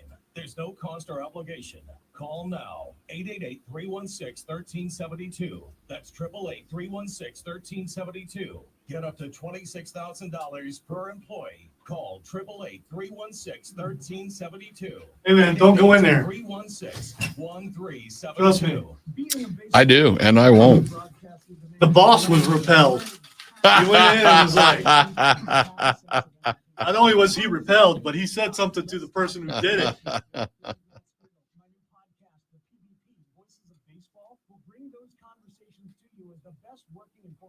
Told him he should hold his breath. He said he would breathe through his ears, which is funnier coming from him for some reason. I don't know why. Follow the PvP Voices of Baseball on the Odyssey app or wherever you find your podcasts. Imagine buying a pair of sneakers and getting a soothing, gentle foot massage like you'd get during a relaxing pedicure just by walking. You might think this sounds too good to be true, but we think it sounds like Skechers' new Massage Fit sneakers. Because Skechers, the comfort technology company, has designed a unique innovation that makes it feel like you're pampering your feet with a gentle massage in every step.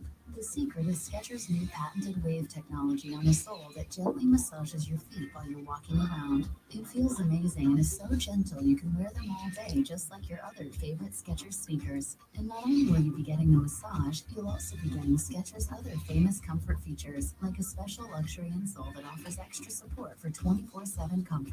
Plus, they come in a variety of fashionable styles, including lace-up and slip-ons, and they're machine washable for easy care.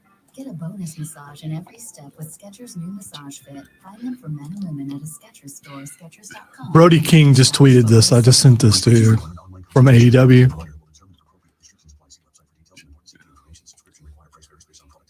Here's a quick fight video. I can't get over something else that you sent me that I'm not going to say because it's got to be trending. So I'm not going to talk about it. It's a good move on your part. That's FORHINS.com/JOY. But look at the thing I just sent you, though. I'm waiting for it to come through, unless it's the thing I'm talking about. It's not. And I haven't gotten anything from you yet. That's weird. I know I sent it.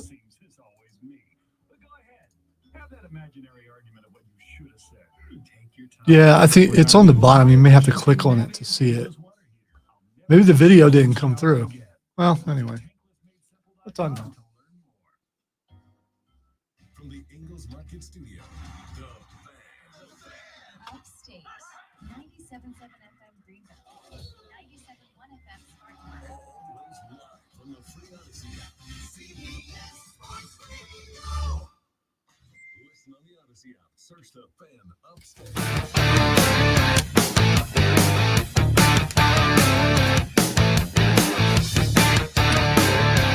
The Rob Brown Show continues. It is the Fan Upstate, ladies and gentlemen. Great to have you here on the broadcast.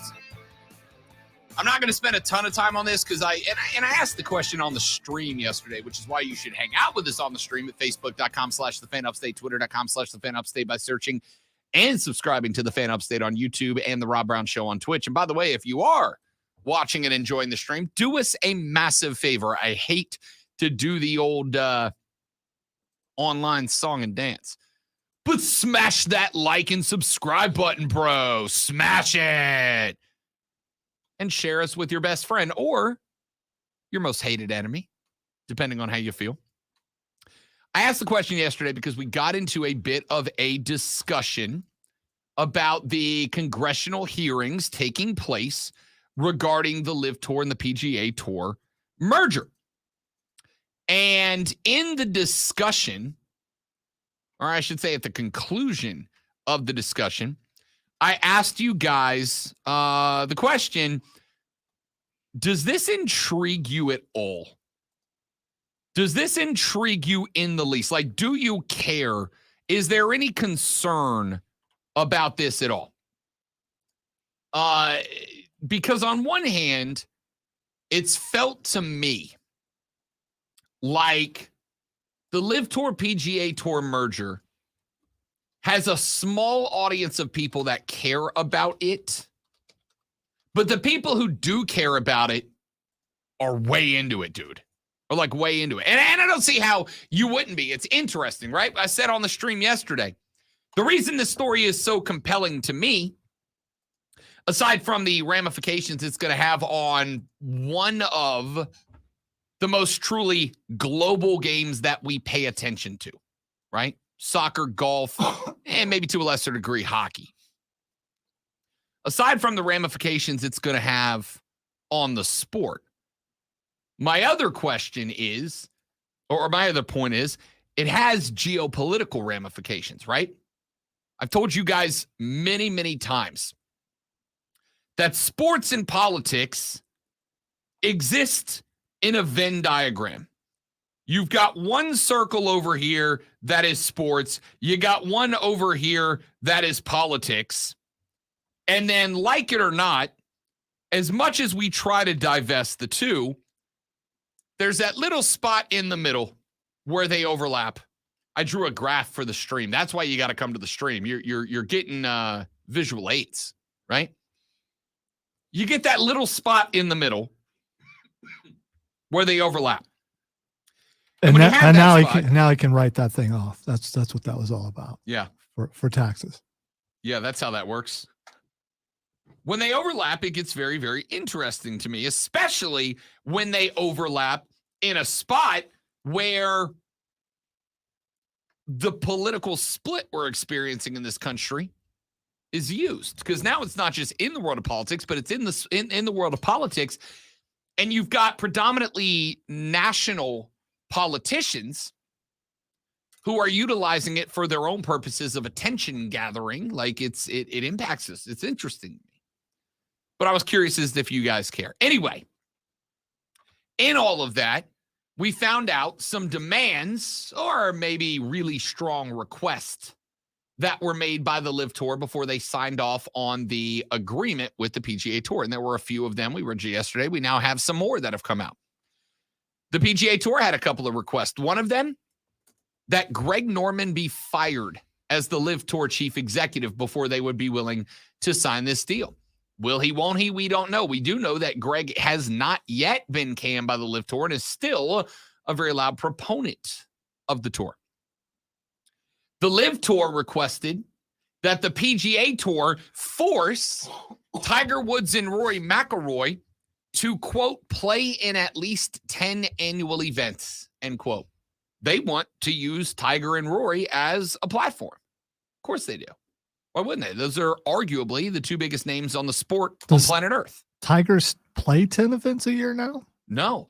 And not only does he not play 10 events a year, I don't think he could play 10 events. He can't play 10 rounds a year at this point.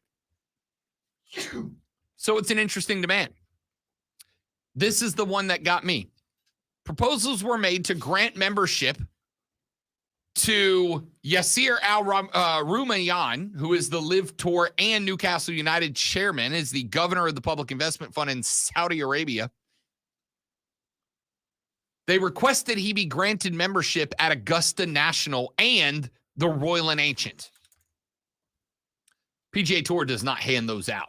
That's up to those two individual clubs. They wanted the PGA Tour to go to two of the two most prestigious golf organizations in the world and go, yeah, make this Saudi guy a full-fledged member. That's all very interesting. This whole thing is wild, man.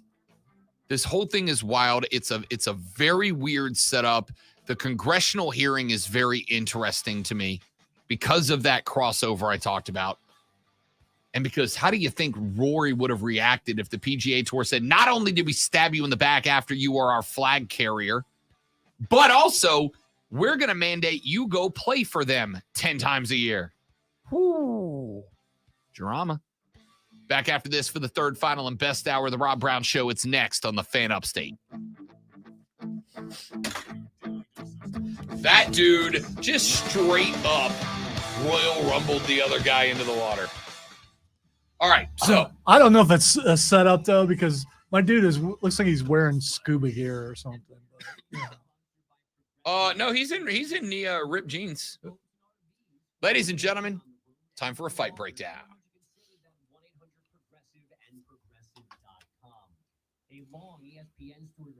Let me take the logo off since this is going to fill the screen. So we've got here, ladies and gentlemen. We've got a little scrum going on in what appears to be like a pier. So we got two guys getting after it. Now, there's not much to break down in the way of a fight. This is not much of a fight. This appears to be after dominance was established by the guy in the red shirt. By the way, the red shirt with the white, that doesn't work. I mean, you've been on the beach. As far as outfits goes, would you wear that? Anything goes on the beach. Like I'm not. It's probably the one place where I'm not super concerned. Now, I still match when I go to the beach, 100%. You won't catch me dead in a not I'd coordinated be outfit. disappointed if it was But otherwise. for most people, the beach is the beach. It's the one place that you don't need to be coordinated. So, guy in the red has got guy on the black on the ground. Guy in the black is in a hoodie and distressed denim jeans. So guy in the red has the upper hand here, and he's doing a good job controlling the fight, right? He's got guy on the ground. He's standing over him, so the center of gravity is above guy in the black. That means if guy in the black is going to move guy in the red, he's got to move the entire body weight. If you're leaning on a guy, you don't have to move the whole body weight, but if you've got to push up to get out from the guy, you're on the whole body weight. That is why guys in MMA try to either full mount you or get your back, right? Because they want to have center of gravity on you to make you have to go full exertion to get them off. So he's maintaining possession here, and he stays that way. Now, look at the hands, right? Guy's got feet established, so he can get up here, but if he gets up, he's going wherever guy in red drives him. He's got the two hands on both sides of the neck and shoulders. He can direct head and shoulders wherever he wants to go. Also keep in mind, guy on the bottom has no shoes on, Correct. which means he has no traction. Correct. Now, guy on the bottom does have that left hand hooked around the leg, which means if he's got the quad strength, he could squat that guy. Or But realistically perfect speaking, position for a fireman's carry, actually. 100%. But that's a tough move to pull. You don't see that in MMA very often because, again, if guy in red knows what he's doing, he just rolls the balance of weight off of you, and you're not going to be able to course correct. Anyway, so he gets him, and now he's still got control. And at this point, he's got control of the upper body. And look at that right hand. Now he's got him by the trunks, right? Now he's got him by the pants. Now I can put you where I want you. And he spins him around. And Lonzo, I can only describe this as a Royal Rumble elimination. Right. You got to get some momentum, so the spin will help with the eventual throw. He spins him to build momentum, and look at where he gets him facing. He's now got his back, so when he pushes towards, he's using quads. He gets to push off all of his leg energy versus guy in the black who is now pointed and leaned towards the railing, which means all of his body weight, all of his momentum is going in that direction. Sends him to the rail. Now, good job from guy in black to try to turn the momentum and keep spinning. Problem is, red guy now has him in an offensive line pass blocking situation, right? He's got the base established. He's got the lean over the guy on the bottom. He's got everything going his direction, and he gets him to the rail. And now guy's in trouble for a couple of reasons. Number one, left arm of the shirt of the guy in red. Not only is he over the head, which means the guy can't bend forward at this point, but he's got the collar on the far side. He is in charge of the direction. And look at the feet positioning of both contenders here. Guy in the Crocs has a wide-based flat feet to drive off through the legs. Guy in the black, he's on his toes, leaning backwards. Lonzo will tell you, if you get a defensive lineman on his toes, you have won. It's pancake It's time. pancake time. And so what do we have? Over the railing, wholesale, over the top rope elimination, and guy disappears. Now, I mean, that's Royal Rumble elimination is what that is, right? Quality elimination. Now, here's the problem you bump into here. I don't know how deep that water is. And that guy goes over head first, yeah? Like he's going head first. If that water's not deep, that guy goes over the pier and that guy lands on some sand on the bottom head first and breaks his neck. Oh boy in red is going to jail for manslaughter. But Got to be careful. it looked like he landed in the water. The other thing is you will notice the guy who threw him over, He took time to stand and glare a little bit before he walked away. Of You got to course. do that. You got to You do have that. established it. What's that guy going to do? He's 4 feet below you in the water. What's he going to do? You don't move. I'm coming right back up, and now I'm going to fight you wet in jeans. Like, there's no coming back from that. You just got to hope that water's deep enough that old boy didn't go head first into the bottom, because you could have killed him. But that's how fighting works.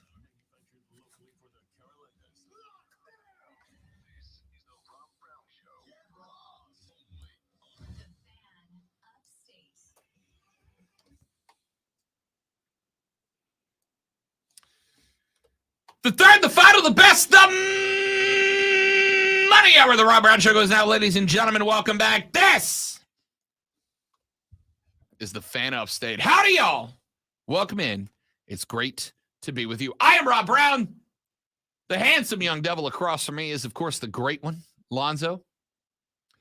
Phone lines open for you at 844-FAN-PHONE, 844-FANFONE, 844-326-3663. Text to 71307-71307. Start your text with FAN, F-A-N, and we will read them on the air. You can also tweet or threads me at The Rob Brown Show.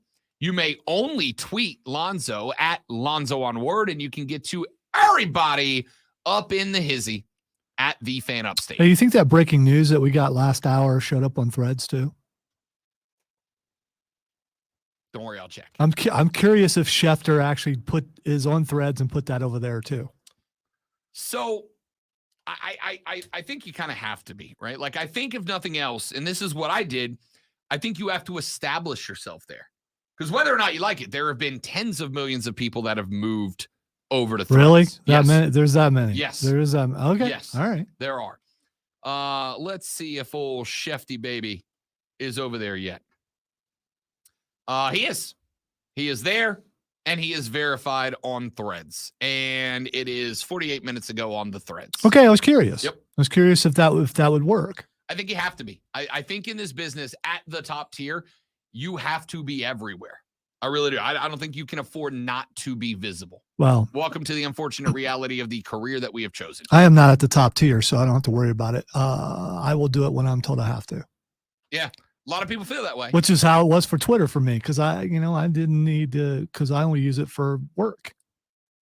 So if I have to for work, I will. I will come up with the most outrageous possible thing that I can. Lonzo on Word. Or maybe I'll put a Clemson in front of my name. Go incognito. You should just go ahead and claim Clemson Boomhauer on threads. I don't know how to spell Boomhauer.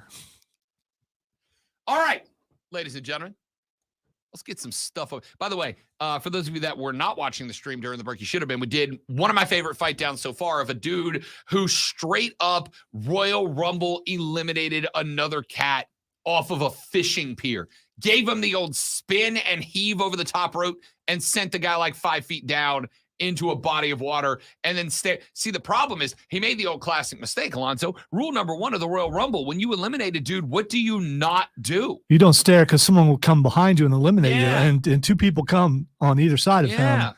But they were just apparently concerned about the person who went over. So. That's a moment where if I am an innocent bystander, watch a dude throw another dude head first over a fishing pier into the water and then stand there and gloat. Yeah. It's going to be real tough for your boy not to run over, grab that dude by the back, throw him after him, right? And suddenly that whole pier becomes Just a full-out battle royal. Anyway, watch the stream. It gets ridiculous, and we have a wonderful time. Let's get to a couple of different stories up in here. We led the show in the first hour talking about quarterback rankings. I still want your thoughts. We got a few more I'll address later on in the program.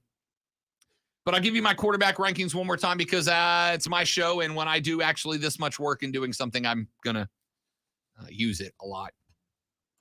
Top tier, the best, Patrick Mahomes. He's by himself in that tier right now. The next tier is the next. These are all the guys that could, with a rank, with a good run, with the defeat of Patrick Mahomes, could jump up into that rank alongside Patrick Mahomes. They are Josh Allen, Joe Burrow, and Aaron Rodgers. The third tier I've got is the oh-so-close tier. This is the group of guys that could go either way.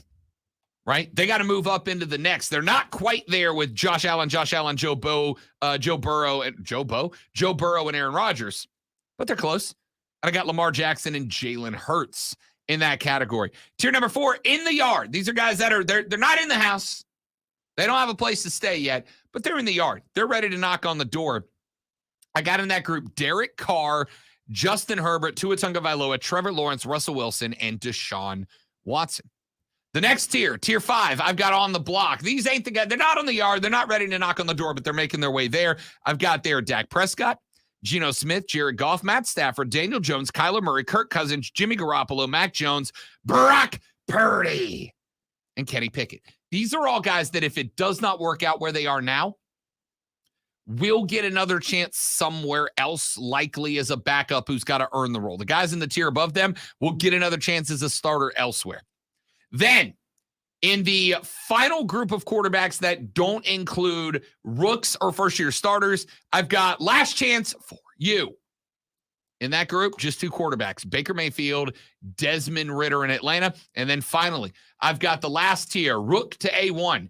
This is a tier that is not below the other tiers. It is off to the side, and the guys in this tier are waiting to be assigned to one of the other tiers.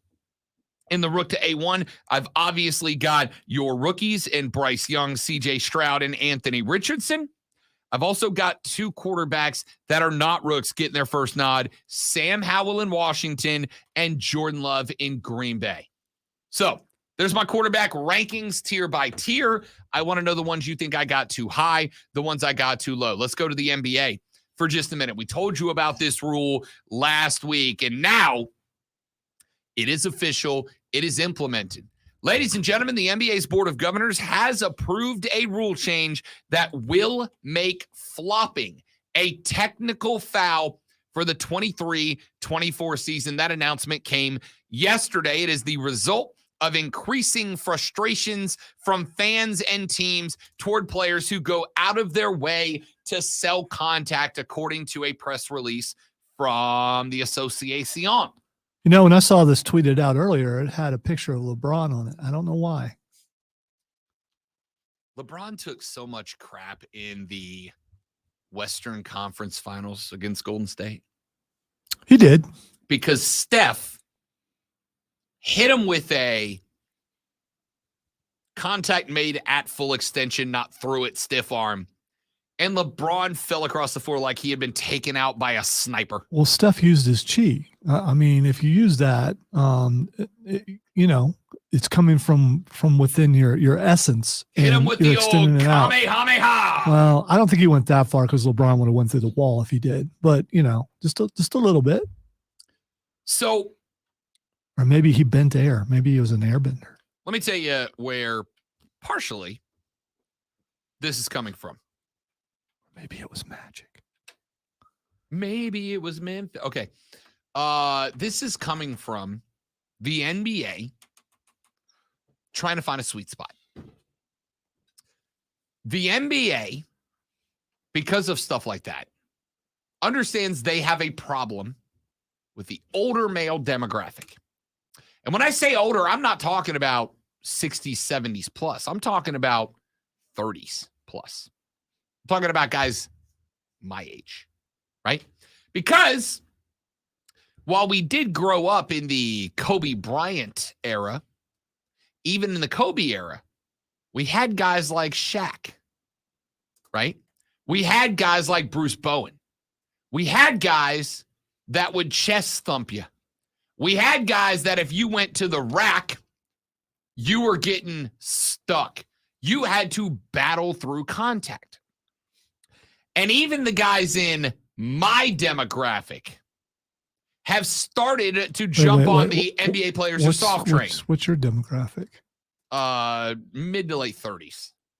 Okay. All right. Just curious.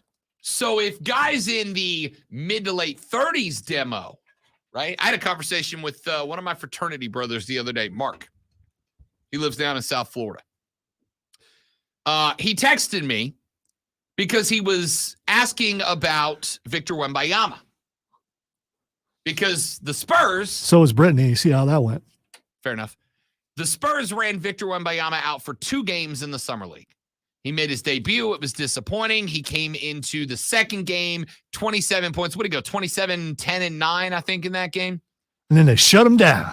And then they shut him down. He is done for the Summer League. And he texted me, and he's like, oh, this dude's soft. I was like, nah, you got to keep in mind, man. This kid's young, right? He's young, and he is far from his final form. He's got some time left to develop. Victor Wembanyama, as much as we've seen him on TV, as much as we've seen him in the expensive suits and chains and all that, Lonzo, he's 19 years old. Were you anywhere close at 19 years old to being what you are? Not today, Lonzo, not today, to being who you were at 25. No. Yeah, thank you for pointing out that I'm way past my prime. And you'd be right. So, but still, no, I wasn't. For the record, me too. And I'm only 38. So, Victor Wembanyama is 19 years old. He is not anywhere. And I'm not even talking about his final form in terms of as a basketball player. I mean, physically. Victor Wembanyama is a thin dude. He is not the final, not got the muscle mass that he is eventually going to end up carrying. If Wembanyama is not final form, what is Zion? Let's just be kind and say not his final form either. Fingers crossed. We'll see. Anyway, they shut him down not because he's soft, but because they want to work on him. All right. We have now seen where your strengths and weaknesses are against NBA caliber dudes, but in your range. Now it's time for you to eat and work out. Yeah, 100%, right? Now we can sharpen up the edges, polish the rough parts, get you another 20, 25 pounds of muscle and body mass. Let's do that. Anyway, to circle back around to where I started with this.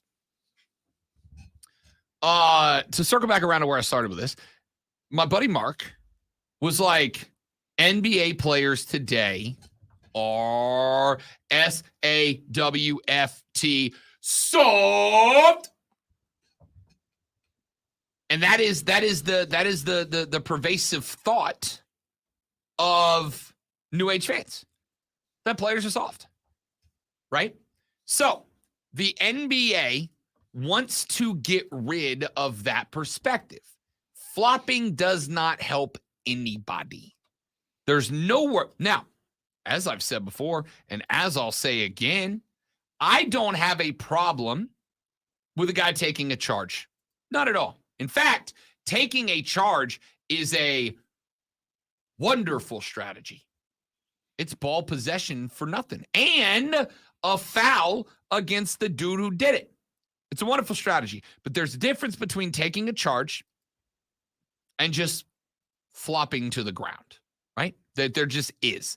So the NBA, recognizing that guys in my demo are getting to the point where even they are like, yo, this is kind of weak, is going to try to get rid of that.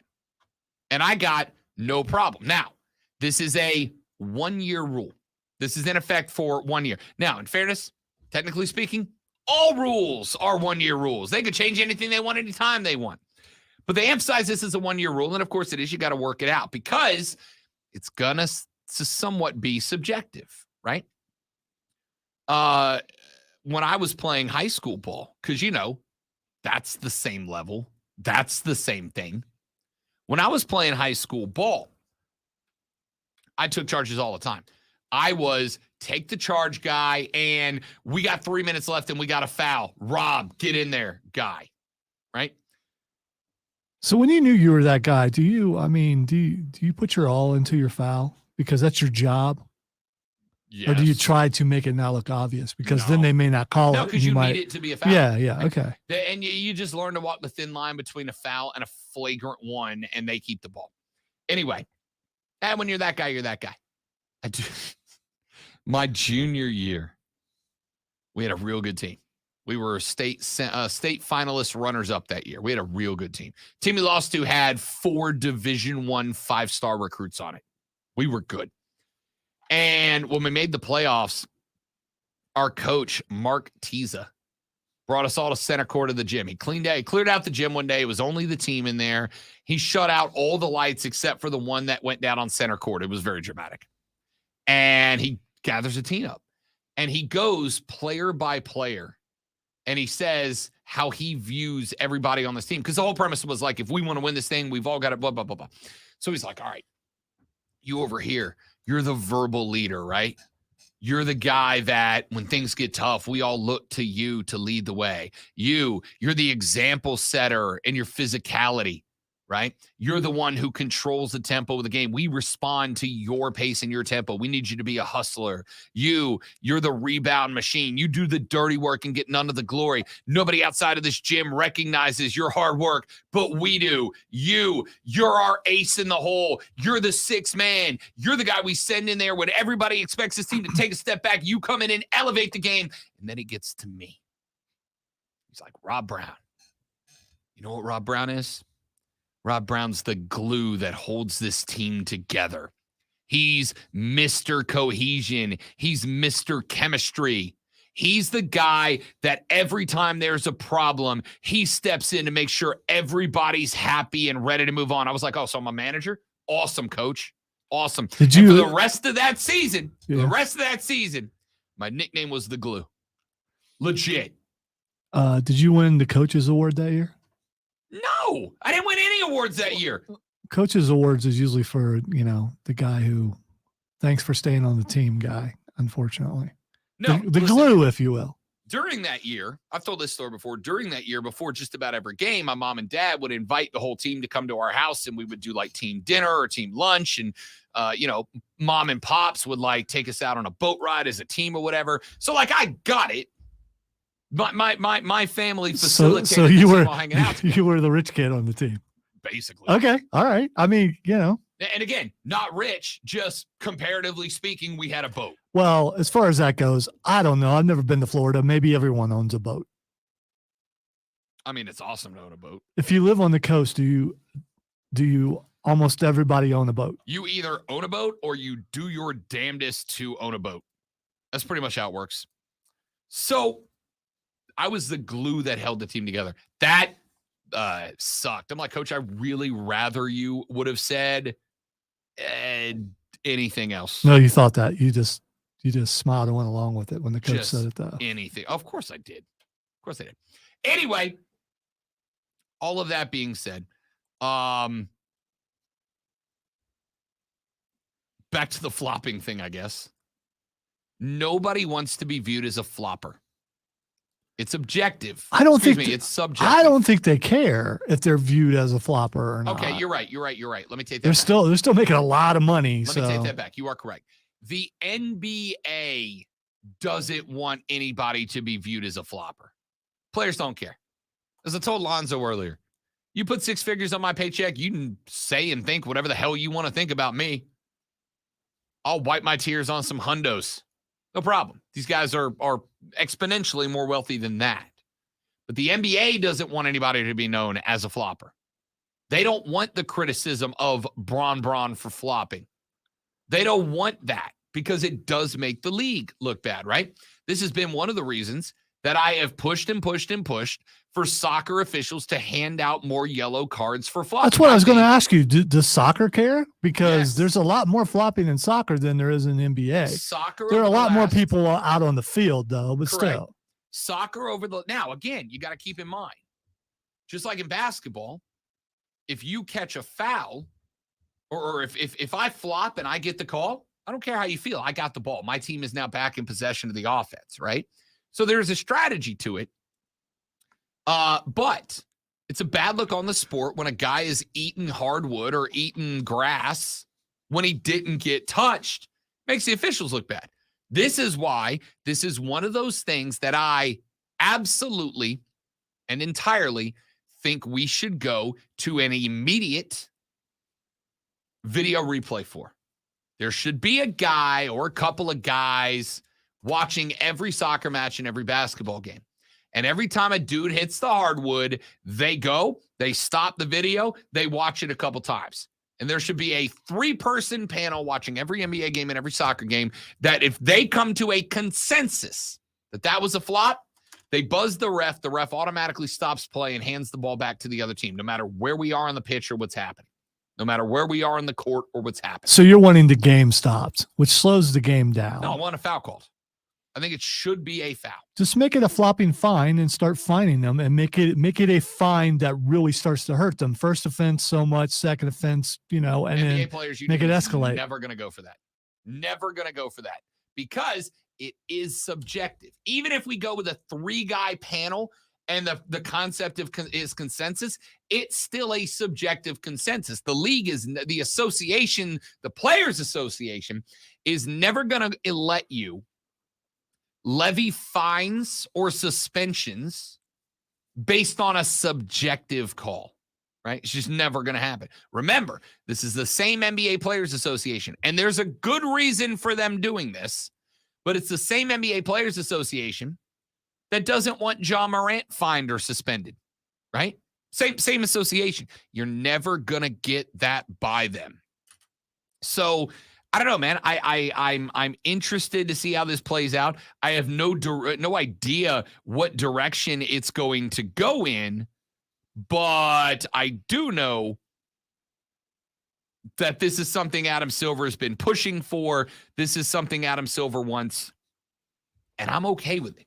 I'm okay. It's very rare I say, yeah, I like this decision from Commissioner X, but I'm good here because I want the association's image to be good. And while it's never going to be what the old hats want it to be, I do want it to be what I want it to be. Let's take a break. And when we come back here in just a minute, got a few more things that I want to get to. We got Rashad Beard of the Panther Nation podcast joining us tomorrow. Let's talk a little Carolina Panther football next. We got that coming up for you.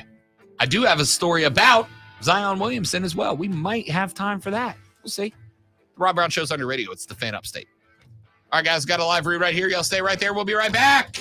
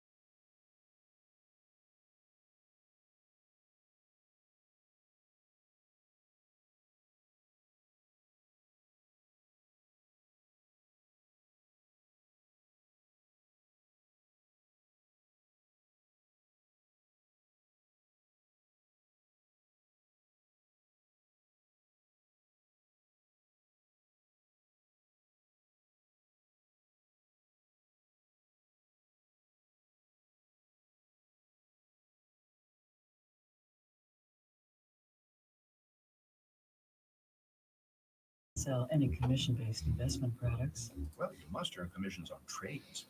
Nope, never at Fisher. We're a fiduciary, obligated to act in our client's best interest. It's the highest standard of care for a financial advisor. How do you know what's in their best interest? We get to know our clients and then tailor a portfolio based on their goals and needs. But you probably sneak in some hidden and layered fees. All right, I had to go back and see who made this comment, but James had said something about LeBron falling over from an attack from Yamcha. I will say the Wolfang Fist is nothing to be. The Wolfang Fist back in the day, early on, was feared by everyone in the desert, which is why Yamcha was a desert bandit. And also keep in mind that Yamcha was the best baseball player in the Dragon Ball universe. You saw the episode where he was playing baseball. He was a professional baseball player. That's pretty cool. Krillin was a cop. Yamcha was a baseball player.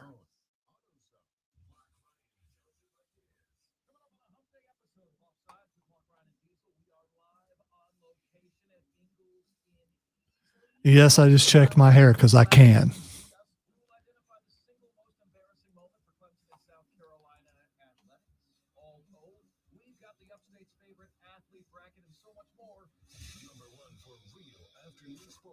Offsides with Mark Ryan. 3 to 7 on Upstate. More than the scores. Real sports talk for All right, a few more stories before we get up out of here for the day. Want to keep in mind, tomorrow is Thursday. You know what that means. At 9:40, Rashad Beard of the Panther Nation podcast will join us to talk a little Panther football. Then at 11:20, it's time for Fight Club with the great Malonzo. No shortage of topics to get to tomorrow. Lonzo gets his dream fight. That's going to be on there, I have no doubt. We got a lot of wrestling to catch up on, and I am going to convince Lonzo that he should be against this fight between Tyson Fury and Francis Ngannou as well as I. This fight's a bad idea for everybody. I can't wait for you to convince me. I'm going to convince you tomorrow. Because as we both know, it's real easy to convince me to change my mind. I'm going to do it. I'm going to do it. I've already laid out the script. It's already ready. I am taking 2 minutes of your segment to prove to you that you should be against this fight as well. It's our segment, Rob. No, it's yours. You made the title. You made the soundbite. It's yours. All right. Let's get some stuff up in here on this segment before we get to Twitter trending topics and call it a day. I will start with this. 2 quick baseball stories. We didn't even talk about the All-Star game, which, yeah, I mean, listen, the game is great. The game was great. It was everything I wanted it to be. It had drama at the very end. The AL down 1, 2 outs. Craig Kimbrell on the bump. Couple of guys get on. The tie run at second, and who comes to the dish? Seattle's own Julio Rodriguez comes to the plate. There was a moment that now Was he tired? Walked. Was he tired when he got up there? I would have been. Ended up getting walked, and then Kimbrell was able to get the swinging missing K to close that thing out, and the NL is able to prevent the AL from getting to a double-digit win streak. The broadcast was good, too. And as a matter of fact, Keegan texted me, who does not watch baseball. Keegan texted me in like the 3rd inning, and he's like, all right, dude, you talked me into watching baseball. I'm sitting down. This better be good. To which I said, well, if I'm being real with you, bro, you've missed the good drama. The NL, as the visiting team, went out and Ronnie Acuna almost went yad on the very first pitch. He got home run robbed. Freddie Freeman almost went yad in the second, and then he got robbed at the fence. Back-to-back home run robberies, or what would have been close to home run robberies to start the game. But the second thing I loved, and again, this will never happen in the regular season, and I know that. It's just one of those things I really wish would. Not only did they mic up players last night, Lonzo, which I think is great, they mic'd up pitchers while they were on the hill, right? So they were talking to Nathan Eovaldi in the second inning, third inning, whenever he was out there. They mic'd up Nathan Eovaldi, and they were asking, what pitch are you about to throw at him? Why? Where are you placing it? What are you putting on it? You going changeup? You going splitter? You going fastball? Like, what's the pitch here and why? And he is putting the glove to the mouth so he doesn't tip off the batter, but he's explaining the pitch. You know, he's probably sitting fastball here because that's what I throw most of the time, but I'm going to go breaking ball down and away, see if I can get him to chase. And I'm going to put a little meat on it, right? It was really interesting. And wouldn't you know it, Mr. I don't watch baseball, Keegan, is still texting me about the game in the ninth inning. Still texting me about the game in the ninth because it was compelling. It was interesting. It was good. And he was all in for it. That's what I need. That's what the All-Star game should be. I need you to get a little tasty taste. I need it to be compelling enough that non-baseball fans are there for the beginning and then go, man, turns out I kind of like baseball. I'll be back in 4 days when the regular season starts back up. That's the goal, and I think they did a good job of it. Now, the pitch clock is up there. Why? Because the National Baseball League Players Association has officially asked Major League Baseball to reconsider usage of the pitch clock in the playoffs. They basically said what I have said, which is, hey, we don't want a massively consequential October game to be won or lost on a pitch clock violation. I just realized the soundbite that I need, and it is the sound of a crying baby, because it would apply so well right now. Yeah, it's okay that you're doing it during the regular season, but when we get the playoffs, can we please have a couple more seconds, please? Just a couple more seconds. It's like, come on, Mom, let me stay up just one more half hour. 10 more minutes, Mom. Come on, Mom. Come on, just a little bit longer. Right in the middle of a game, Mom. Come on. I get the point. I get the premise, right? I get the point. I get the premise. I get the point and the premise that what you don't want is, ladies and gentlemen, welcome to Yankee Stadium. We are in Game 7 of this ALDS series between the Yankees and the Astros. Aaron Judge at the plate. 2 strikes, 2 outs, runner on first, Yankees down 1. Oh, a pitch clock violation. That's strike 3. The game is up. Now, I get that. You don't want that in the playoffs. Of course you don't. You do if it's a rule and someone didn't follow it. That's their fault. It's their fault. I understand where you're you've been following that rule the entire year, and all, including yourself, have praised the rule and what the pitch clock has done for the game. So if you change it into the playoffs, what you're saying was it didn't work.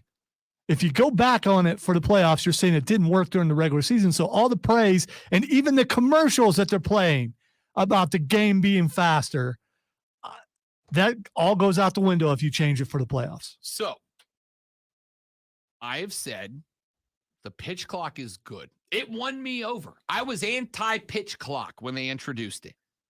But having worked games, and as somebody who watches a game or two a day, I think it's great. I have enjoyed it. It has been a benefit to the game more than a detriment. And as I predicted it would, the longer that this game has gone on, the longer that the pitch clock has been utilized, the more pitchers and batters are getting used to it, the fewer and fewer violations of said pitch clock we've seen. In fact, as somebody who watches a lot of baseball, dude, I honestly can't tell you the last pitch clock violation that I recall. I think there was one last night in the All-Star game, and that's the last one that I can recall. You work with someone who used to be an MLB player, right? And Cody Decker. I'm curious about what he'll think about that this Saturday, because I'm sure you guys will talk about it. We absolutely will. Wait. On what show is that? What time Bet is for the that? Cycle, the nation's #1 baseball gambling show, which airs from noon to 4 every Saturday on the BetQL Network and fine Odyssey stations around the globe. Now, I will say this. Cody, much like myself, anti-pitch clock when it came into play, pro-pitch clock now that it's there. I asked him about it, like from a batter's perspective. How does it feel? He goes, well, if you're a batter who thrives on playing mind games with a pitcher, it kind of takes away from that a little bit. But that was never me. I was just a power hitter. He goes, it's not that hard on a 17-second clock to be in the box and looking at the pitcher by 8 seconds. It's really not that difficult to do. So he's come around on it. I can absolutely say the pitch clock is good. It has been beneficial. And I also don't want to see a playoff game end on a pitch clock violation, even if it is the rule and it works 99% of the time. That being said, I would also say to say that you don't want to see a playoff game in that way, but say you don't care if a regular season game ends that way is bad. How many divisions just in the last couple of years have we seen won by a half game or one game, right? One game or a half game means that if the outcome of any two of 162 games between two teams was different, the playoff field would have been different. That is why when Lonzo says there's 162 games, who cares about one individual game? I do. Because in a year in which, let's say the AL East or West could see it come down to the final game of the season, right? Let's say the Rays, who slowed down a little bit in the second half of the first half, end up winning 101 games. And the Orioles end up winning 99 games. That means if the outcome of any one Rays game flips from a dub to an L, or any one Orioles games flip from an L to a dub, we got a different world. We got a different playoff bracket, right? Somebody goes from being home field throughout the AL playoffs to a wild card throughout the AL playoffs. That changes everything. So, either we figure this thing out, or we just go, hey, man, like, I know you don't like it any more than we do, but that's been the rules for 162. It's also going to be the rules for the playoffs. I think that's the way to handle it. All right. We'll see if they change anything. I highly suspect, ladies and gentlemen, that they will not. They just won't. Hey, by the way, congratulations in order. DJ Uiagalelei got drafted, Lonzo. I saw that. To the LA Dodgers, the baseball team. DJ Uiagalelei was a two-sport star as a high school player. In fact, one of the Dodgers executives, after they drafted DJ Uiagalelei, said that had he gone into baseball after high school, he probably would have been a high-round draft pick at that point. That's how good he was. So if this whole football thing doesn't work out, he's got baseball to fall back on. All right. Zion Williamson says he knows he's got things to work on. I find this story interesting because how about Keegan having a massive influence on this segment? Keegan sent me a tweet yesterday that came from NBA Central and Rick Boucher. Rick said, and I quote, "Where are the floaters, up and under layups, his pull-up jumpers at the elbow? From what I've been told, he, Zion, has shown no interest in developing any of those tricks. Tricks that Blake Griffin learned along with a decent three-point shot when the injuries started to pile up for him and allow him to single-handedly drag the Pistons to a playoff berth." He said Zion basically wants to be a block dunk machine, a guy who dominates inside of 5 feet and isn't really worried about playing from the mid-range out. I don't know if this is true or not. I do know Rick's a guy that's highly touted in NBA circles. I think you could have stopped at he isn't really worried about playing. I think you could have stopped right there. Now, again, I'd like to think that Zion's gotten to the point where, listen, the dude's locked in for 5 years. His 5-year extension kicks in this season. He's on this roster for 5 years. I think he recognizes that if a contract he agreed to, by the way, he wants to try to segue that into a New York or an LA or in a Chicago, you kind of got to play. Because forget whether the Lakers or the Bulls or the Knicks have the money to sign you. Do they want to? Right? You've got to succeed. You got to thrive for them to come hunt you down and give you a supermax contract down the line. He'll go to a couple more teams before people finally decide he's not worth it. And we'll see. We'll see. But again, because of his potential. If he wants contracts to look like this super max extension does, he's got to actually perform. Well, Zion did a podcast this week. He was on, let's see, what was the name of the podcast? I'm trying to find it here. Gil's Arena was the podcast. He said, quote, "It's hard, man. I'm 20. Here, I love this sentence. I'm 20, 22, have all the money. I'm 20, 22. Those are not only different numbers, Lonzo, but they're not even next to each other. That's a whole other number. So these there. are quotes. You don't know if he went, I'm 20. Wait. I mean, I'm 22.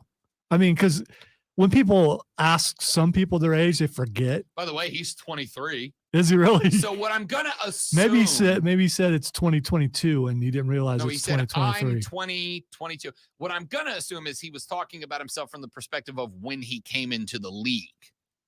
Now that I think about it, that's what this let's had to say I'm 20, 22. Right. Okay, Right. All right. He said, it's hard, man. I'm 20, 22, have all the money in the world. Well, it feels like all the money in the world. It's hard. I'm at that point now because of certain things. I'm putting back the wisdom around me. I don't want to say older because they got defensive, but I'm putting people around me with wisdom, put me on game, do certain things, and just go from there. Zion's a dude who averaged, when he played last year, 26 points and 7 boards a game. However, he played in 29 games. He missed the second half of the season due to a hamstring injury sustained on the second day of the new year. And he's sitting on the final year of his rookie contract. This year is a $193 million 5-year contract with the Pelicans that could be, if he reaches incentives, worth as much as $231 million from the Pelicans when it's all said and done. So you got this report coming out on one hand that says Zion doesn't want to do anything except be a block monster. And don't get me wrong, he's a block monster when he's on. He's an inside of 5-foot dominator when he's on, but you can't just do that in today's NBA. That's why Victor Wembanyama got drafted, because he can play the block. I showed Lonzo a clip yesterday. That dude dunked, and it looked like his feet were on the ground.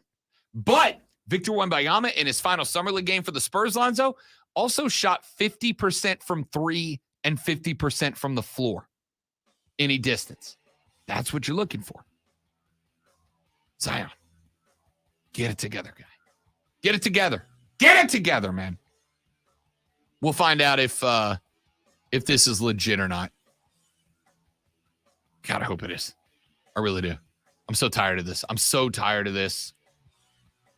I am putting Zion's failure up there with a blown pass interference call in the 2019 NFC Championship game and Urban Meyer as the worst things in recent memory in sports. Let's take a break. When we come back, Twitter trending topics and the end of the show. What's next? It is the Rob Brown Show. It's the Fan Upstate.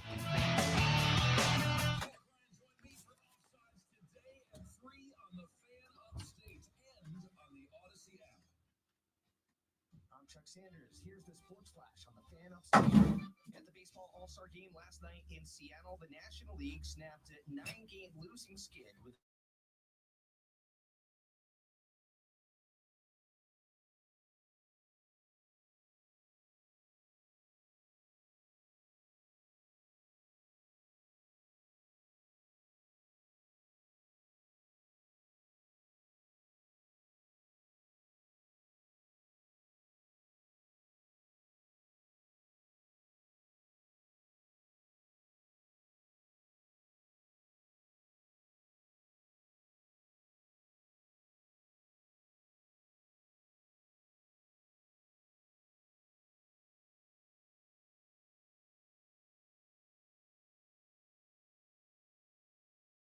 anywhere on your phone. I'm Chuck Sanders with the Sports Flash on the Fan Upstate.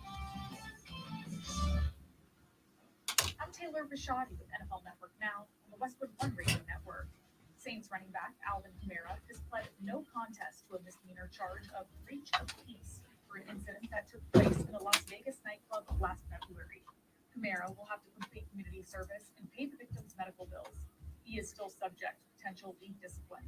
The NFL released a statement saying we're closely monitoring all developments in the matter, which remains under review.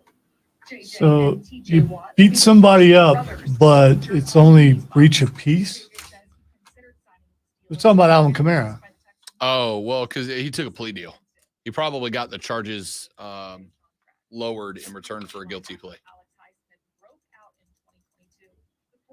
Question is, what do you do if you're the Saints? Do you suspend him for a game, 2 games, 4 games, knowing that you're going to be in a race?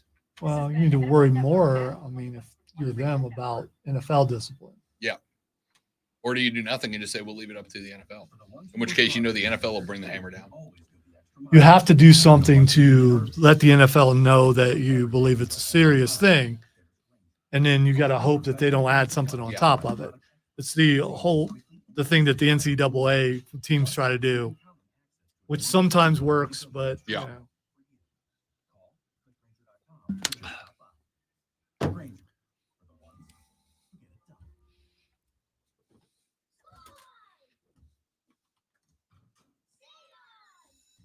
Back to school is on, and Staples has great prices on everything you need for your best year yet. Save on notebooks, save on headphones and laptops, save on pens, markers, and all the essentials. And right now at Staples, save up to 60% on select notebooks, markers, and more. School on, save on at Staples, where school savings are always in session. And $7.29. Prices may vary in store. Josh has a question for you on the stream. I am not Skrilla, unfortunately. I will be in Charleston. It is my future sister-in-law's baby shower. Oh, yeah. Funny enough, the fiance said, because the baby shower is 11 to 2. My show is noon to 4. She goes, without me asking, she's like, just come down for like the first 30 minutes of the shower and then you can disappear and go do your show. So I'm driving to Charleston for 30 minutes of a baby shower to then leave it to go work for 4 hours. And I was like, well, then why am I going? Are you going to do it from the hotel or something? Or? No, we're staying in their apartment. So while I'm finishing, I'll be doing the show in their apartment while they're at the shower. Oh, and okay. then for that hour, they're just going to hang out downstairs. So I was like, why am I going? And she said, I just want a weekend getaway with you in Charleston. I can't say no to that. You know, when the lady says, I just want to spend a weekend with you away from the house together, I can't say no to that.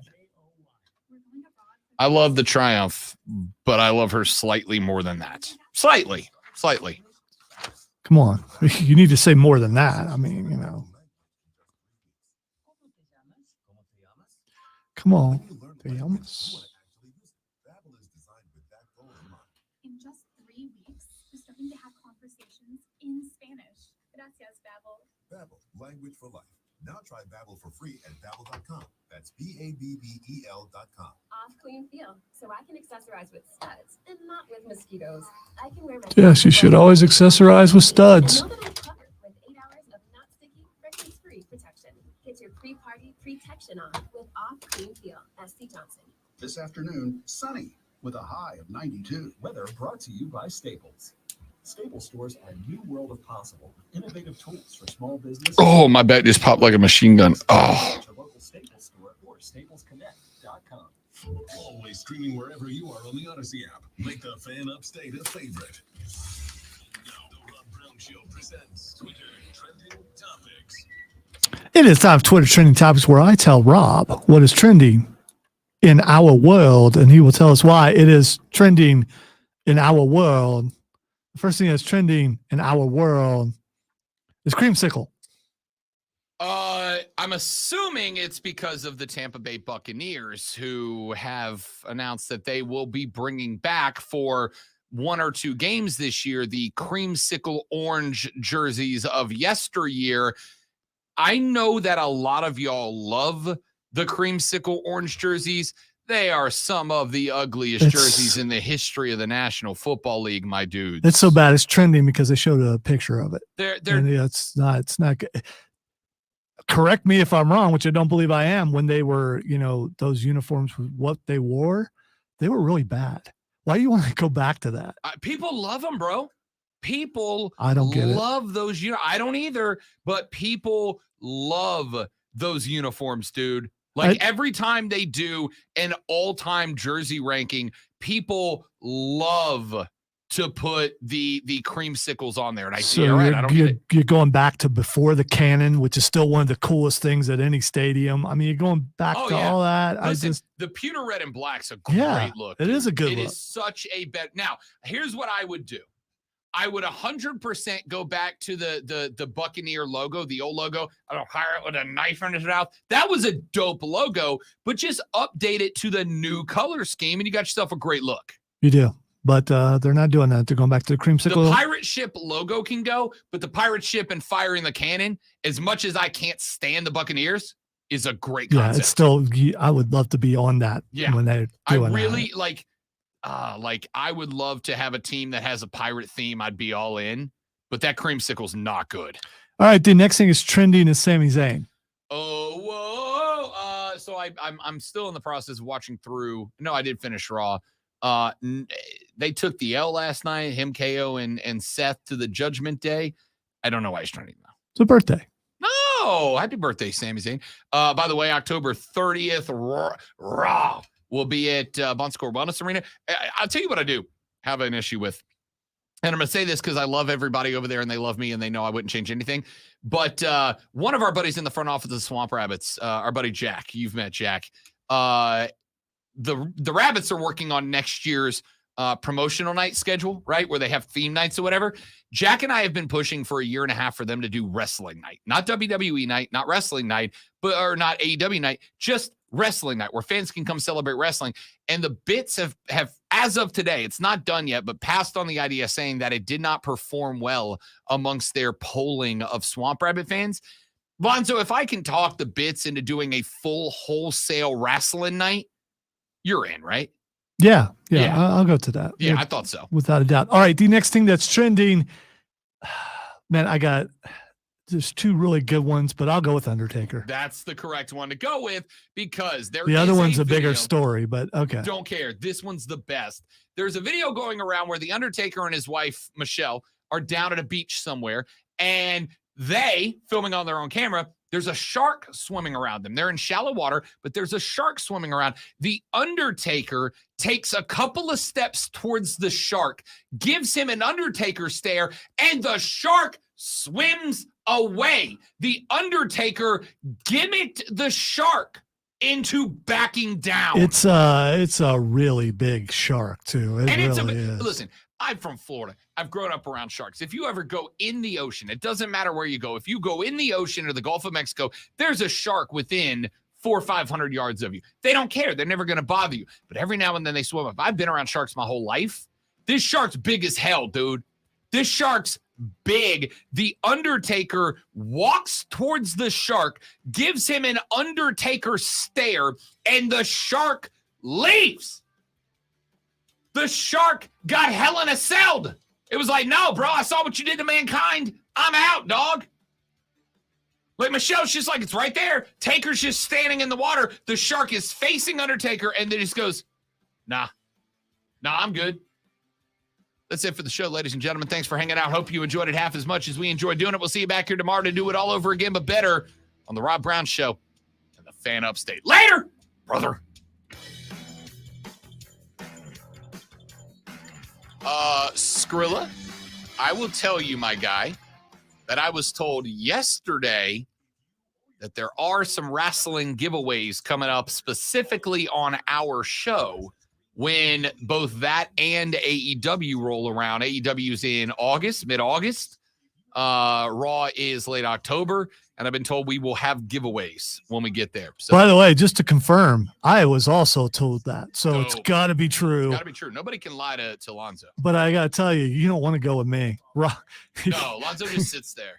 He's excited. I don't just sit there. I do stand up when I was excited last time I got to be a part of the Fireflies because I never got to do that. It's just Rob's yelling so much. He doesn't realize that I'm still having a good time, but other people like, why is Lonzo watching? I'm watching the production. I'm watching everything. I'm amazed that they're able to do what they're able to do. And I have a blast when I go. And a lot of times I spend the time holding my granddaughter and making sure she doesn't get too upset by the pyro. She doesn't like the pyro. It's very loud. All I can tell you is I cannot wait for the look in Lonzo's face when the visionary, the revolutionary comes and we all get to sing his song. Yeah, don't say all of us because I will not be. It's going to be so good. I hope he's got a thing and can't be there that night. Can't wait. Him and the man. When the man comes around to Greenville and we all get to sing his song, it's gonna be The man, incredible. you mean Cody Becky Rhodes? Lynch. You mean Cody Rhodes? The man, Becky Lynch. Cody Rhodes is the man. Cody and Rhodes called her the man, bro. Cody Rhodes He is the calls her the man, man. or Roman Reigns is the man. No, that's the tribal chief. Acknowledge it. Yeah, I just when I think of the man, I don't think of someone who's not even a champion and won't be anytime soon. The man, Becky Lynch, is coming around Can't wrestle. to Greenville. She South can't wrestle. Carolina. Half time she stammers when she's on the mic. It's not good. It's not. Ladies and gentlemen, if you want to see what a hater looks like, just look on that side of the You're screen. not going to see a hater. You're going to see someone who tells it like it is and doesn't follow popular trends. Yeah. What about my DBZ shirt? I think he wants to know where you got it. It's kind of old. If you look at it close, He it's said, is that Majin Buu or Vegeta? it's Majin Vegeta. Yeah. Or Ronda Rousey. Actually, Vegeta doesn't lose as much as Rousey does. So yeah, it's probably just Vegeta. Oh, man. Thanks for watching, everybody. You're all spectacular people. Have a lovely rest of your day. We'll see you back here tomorrow. Goodbye.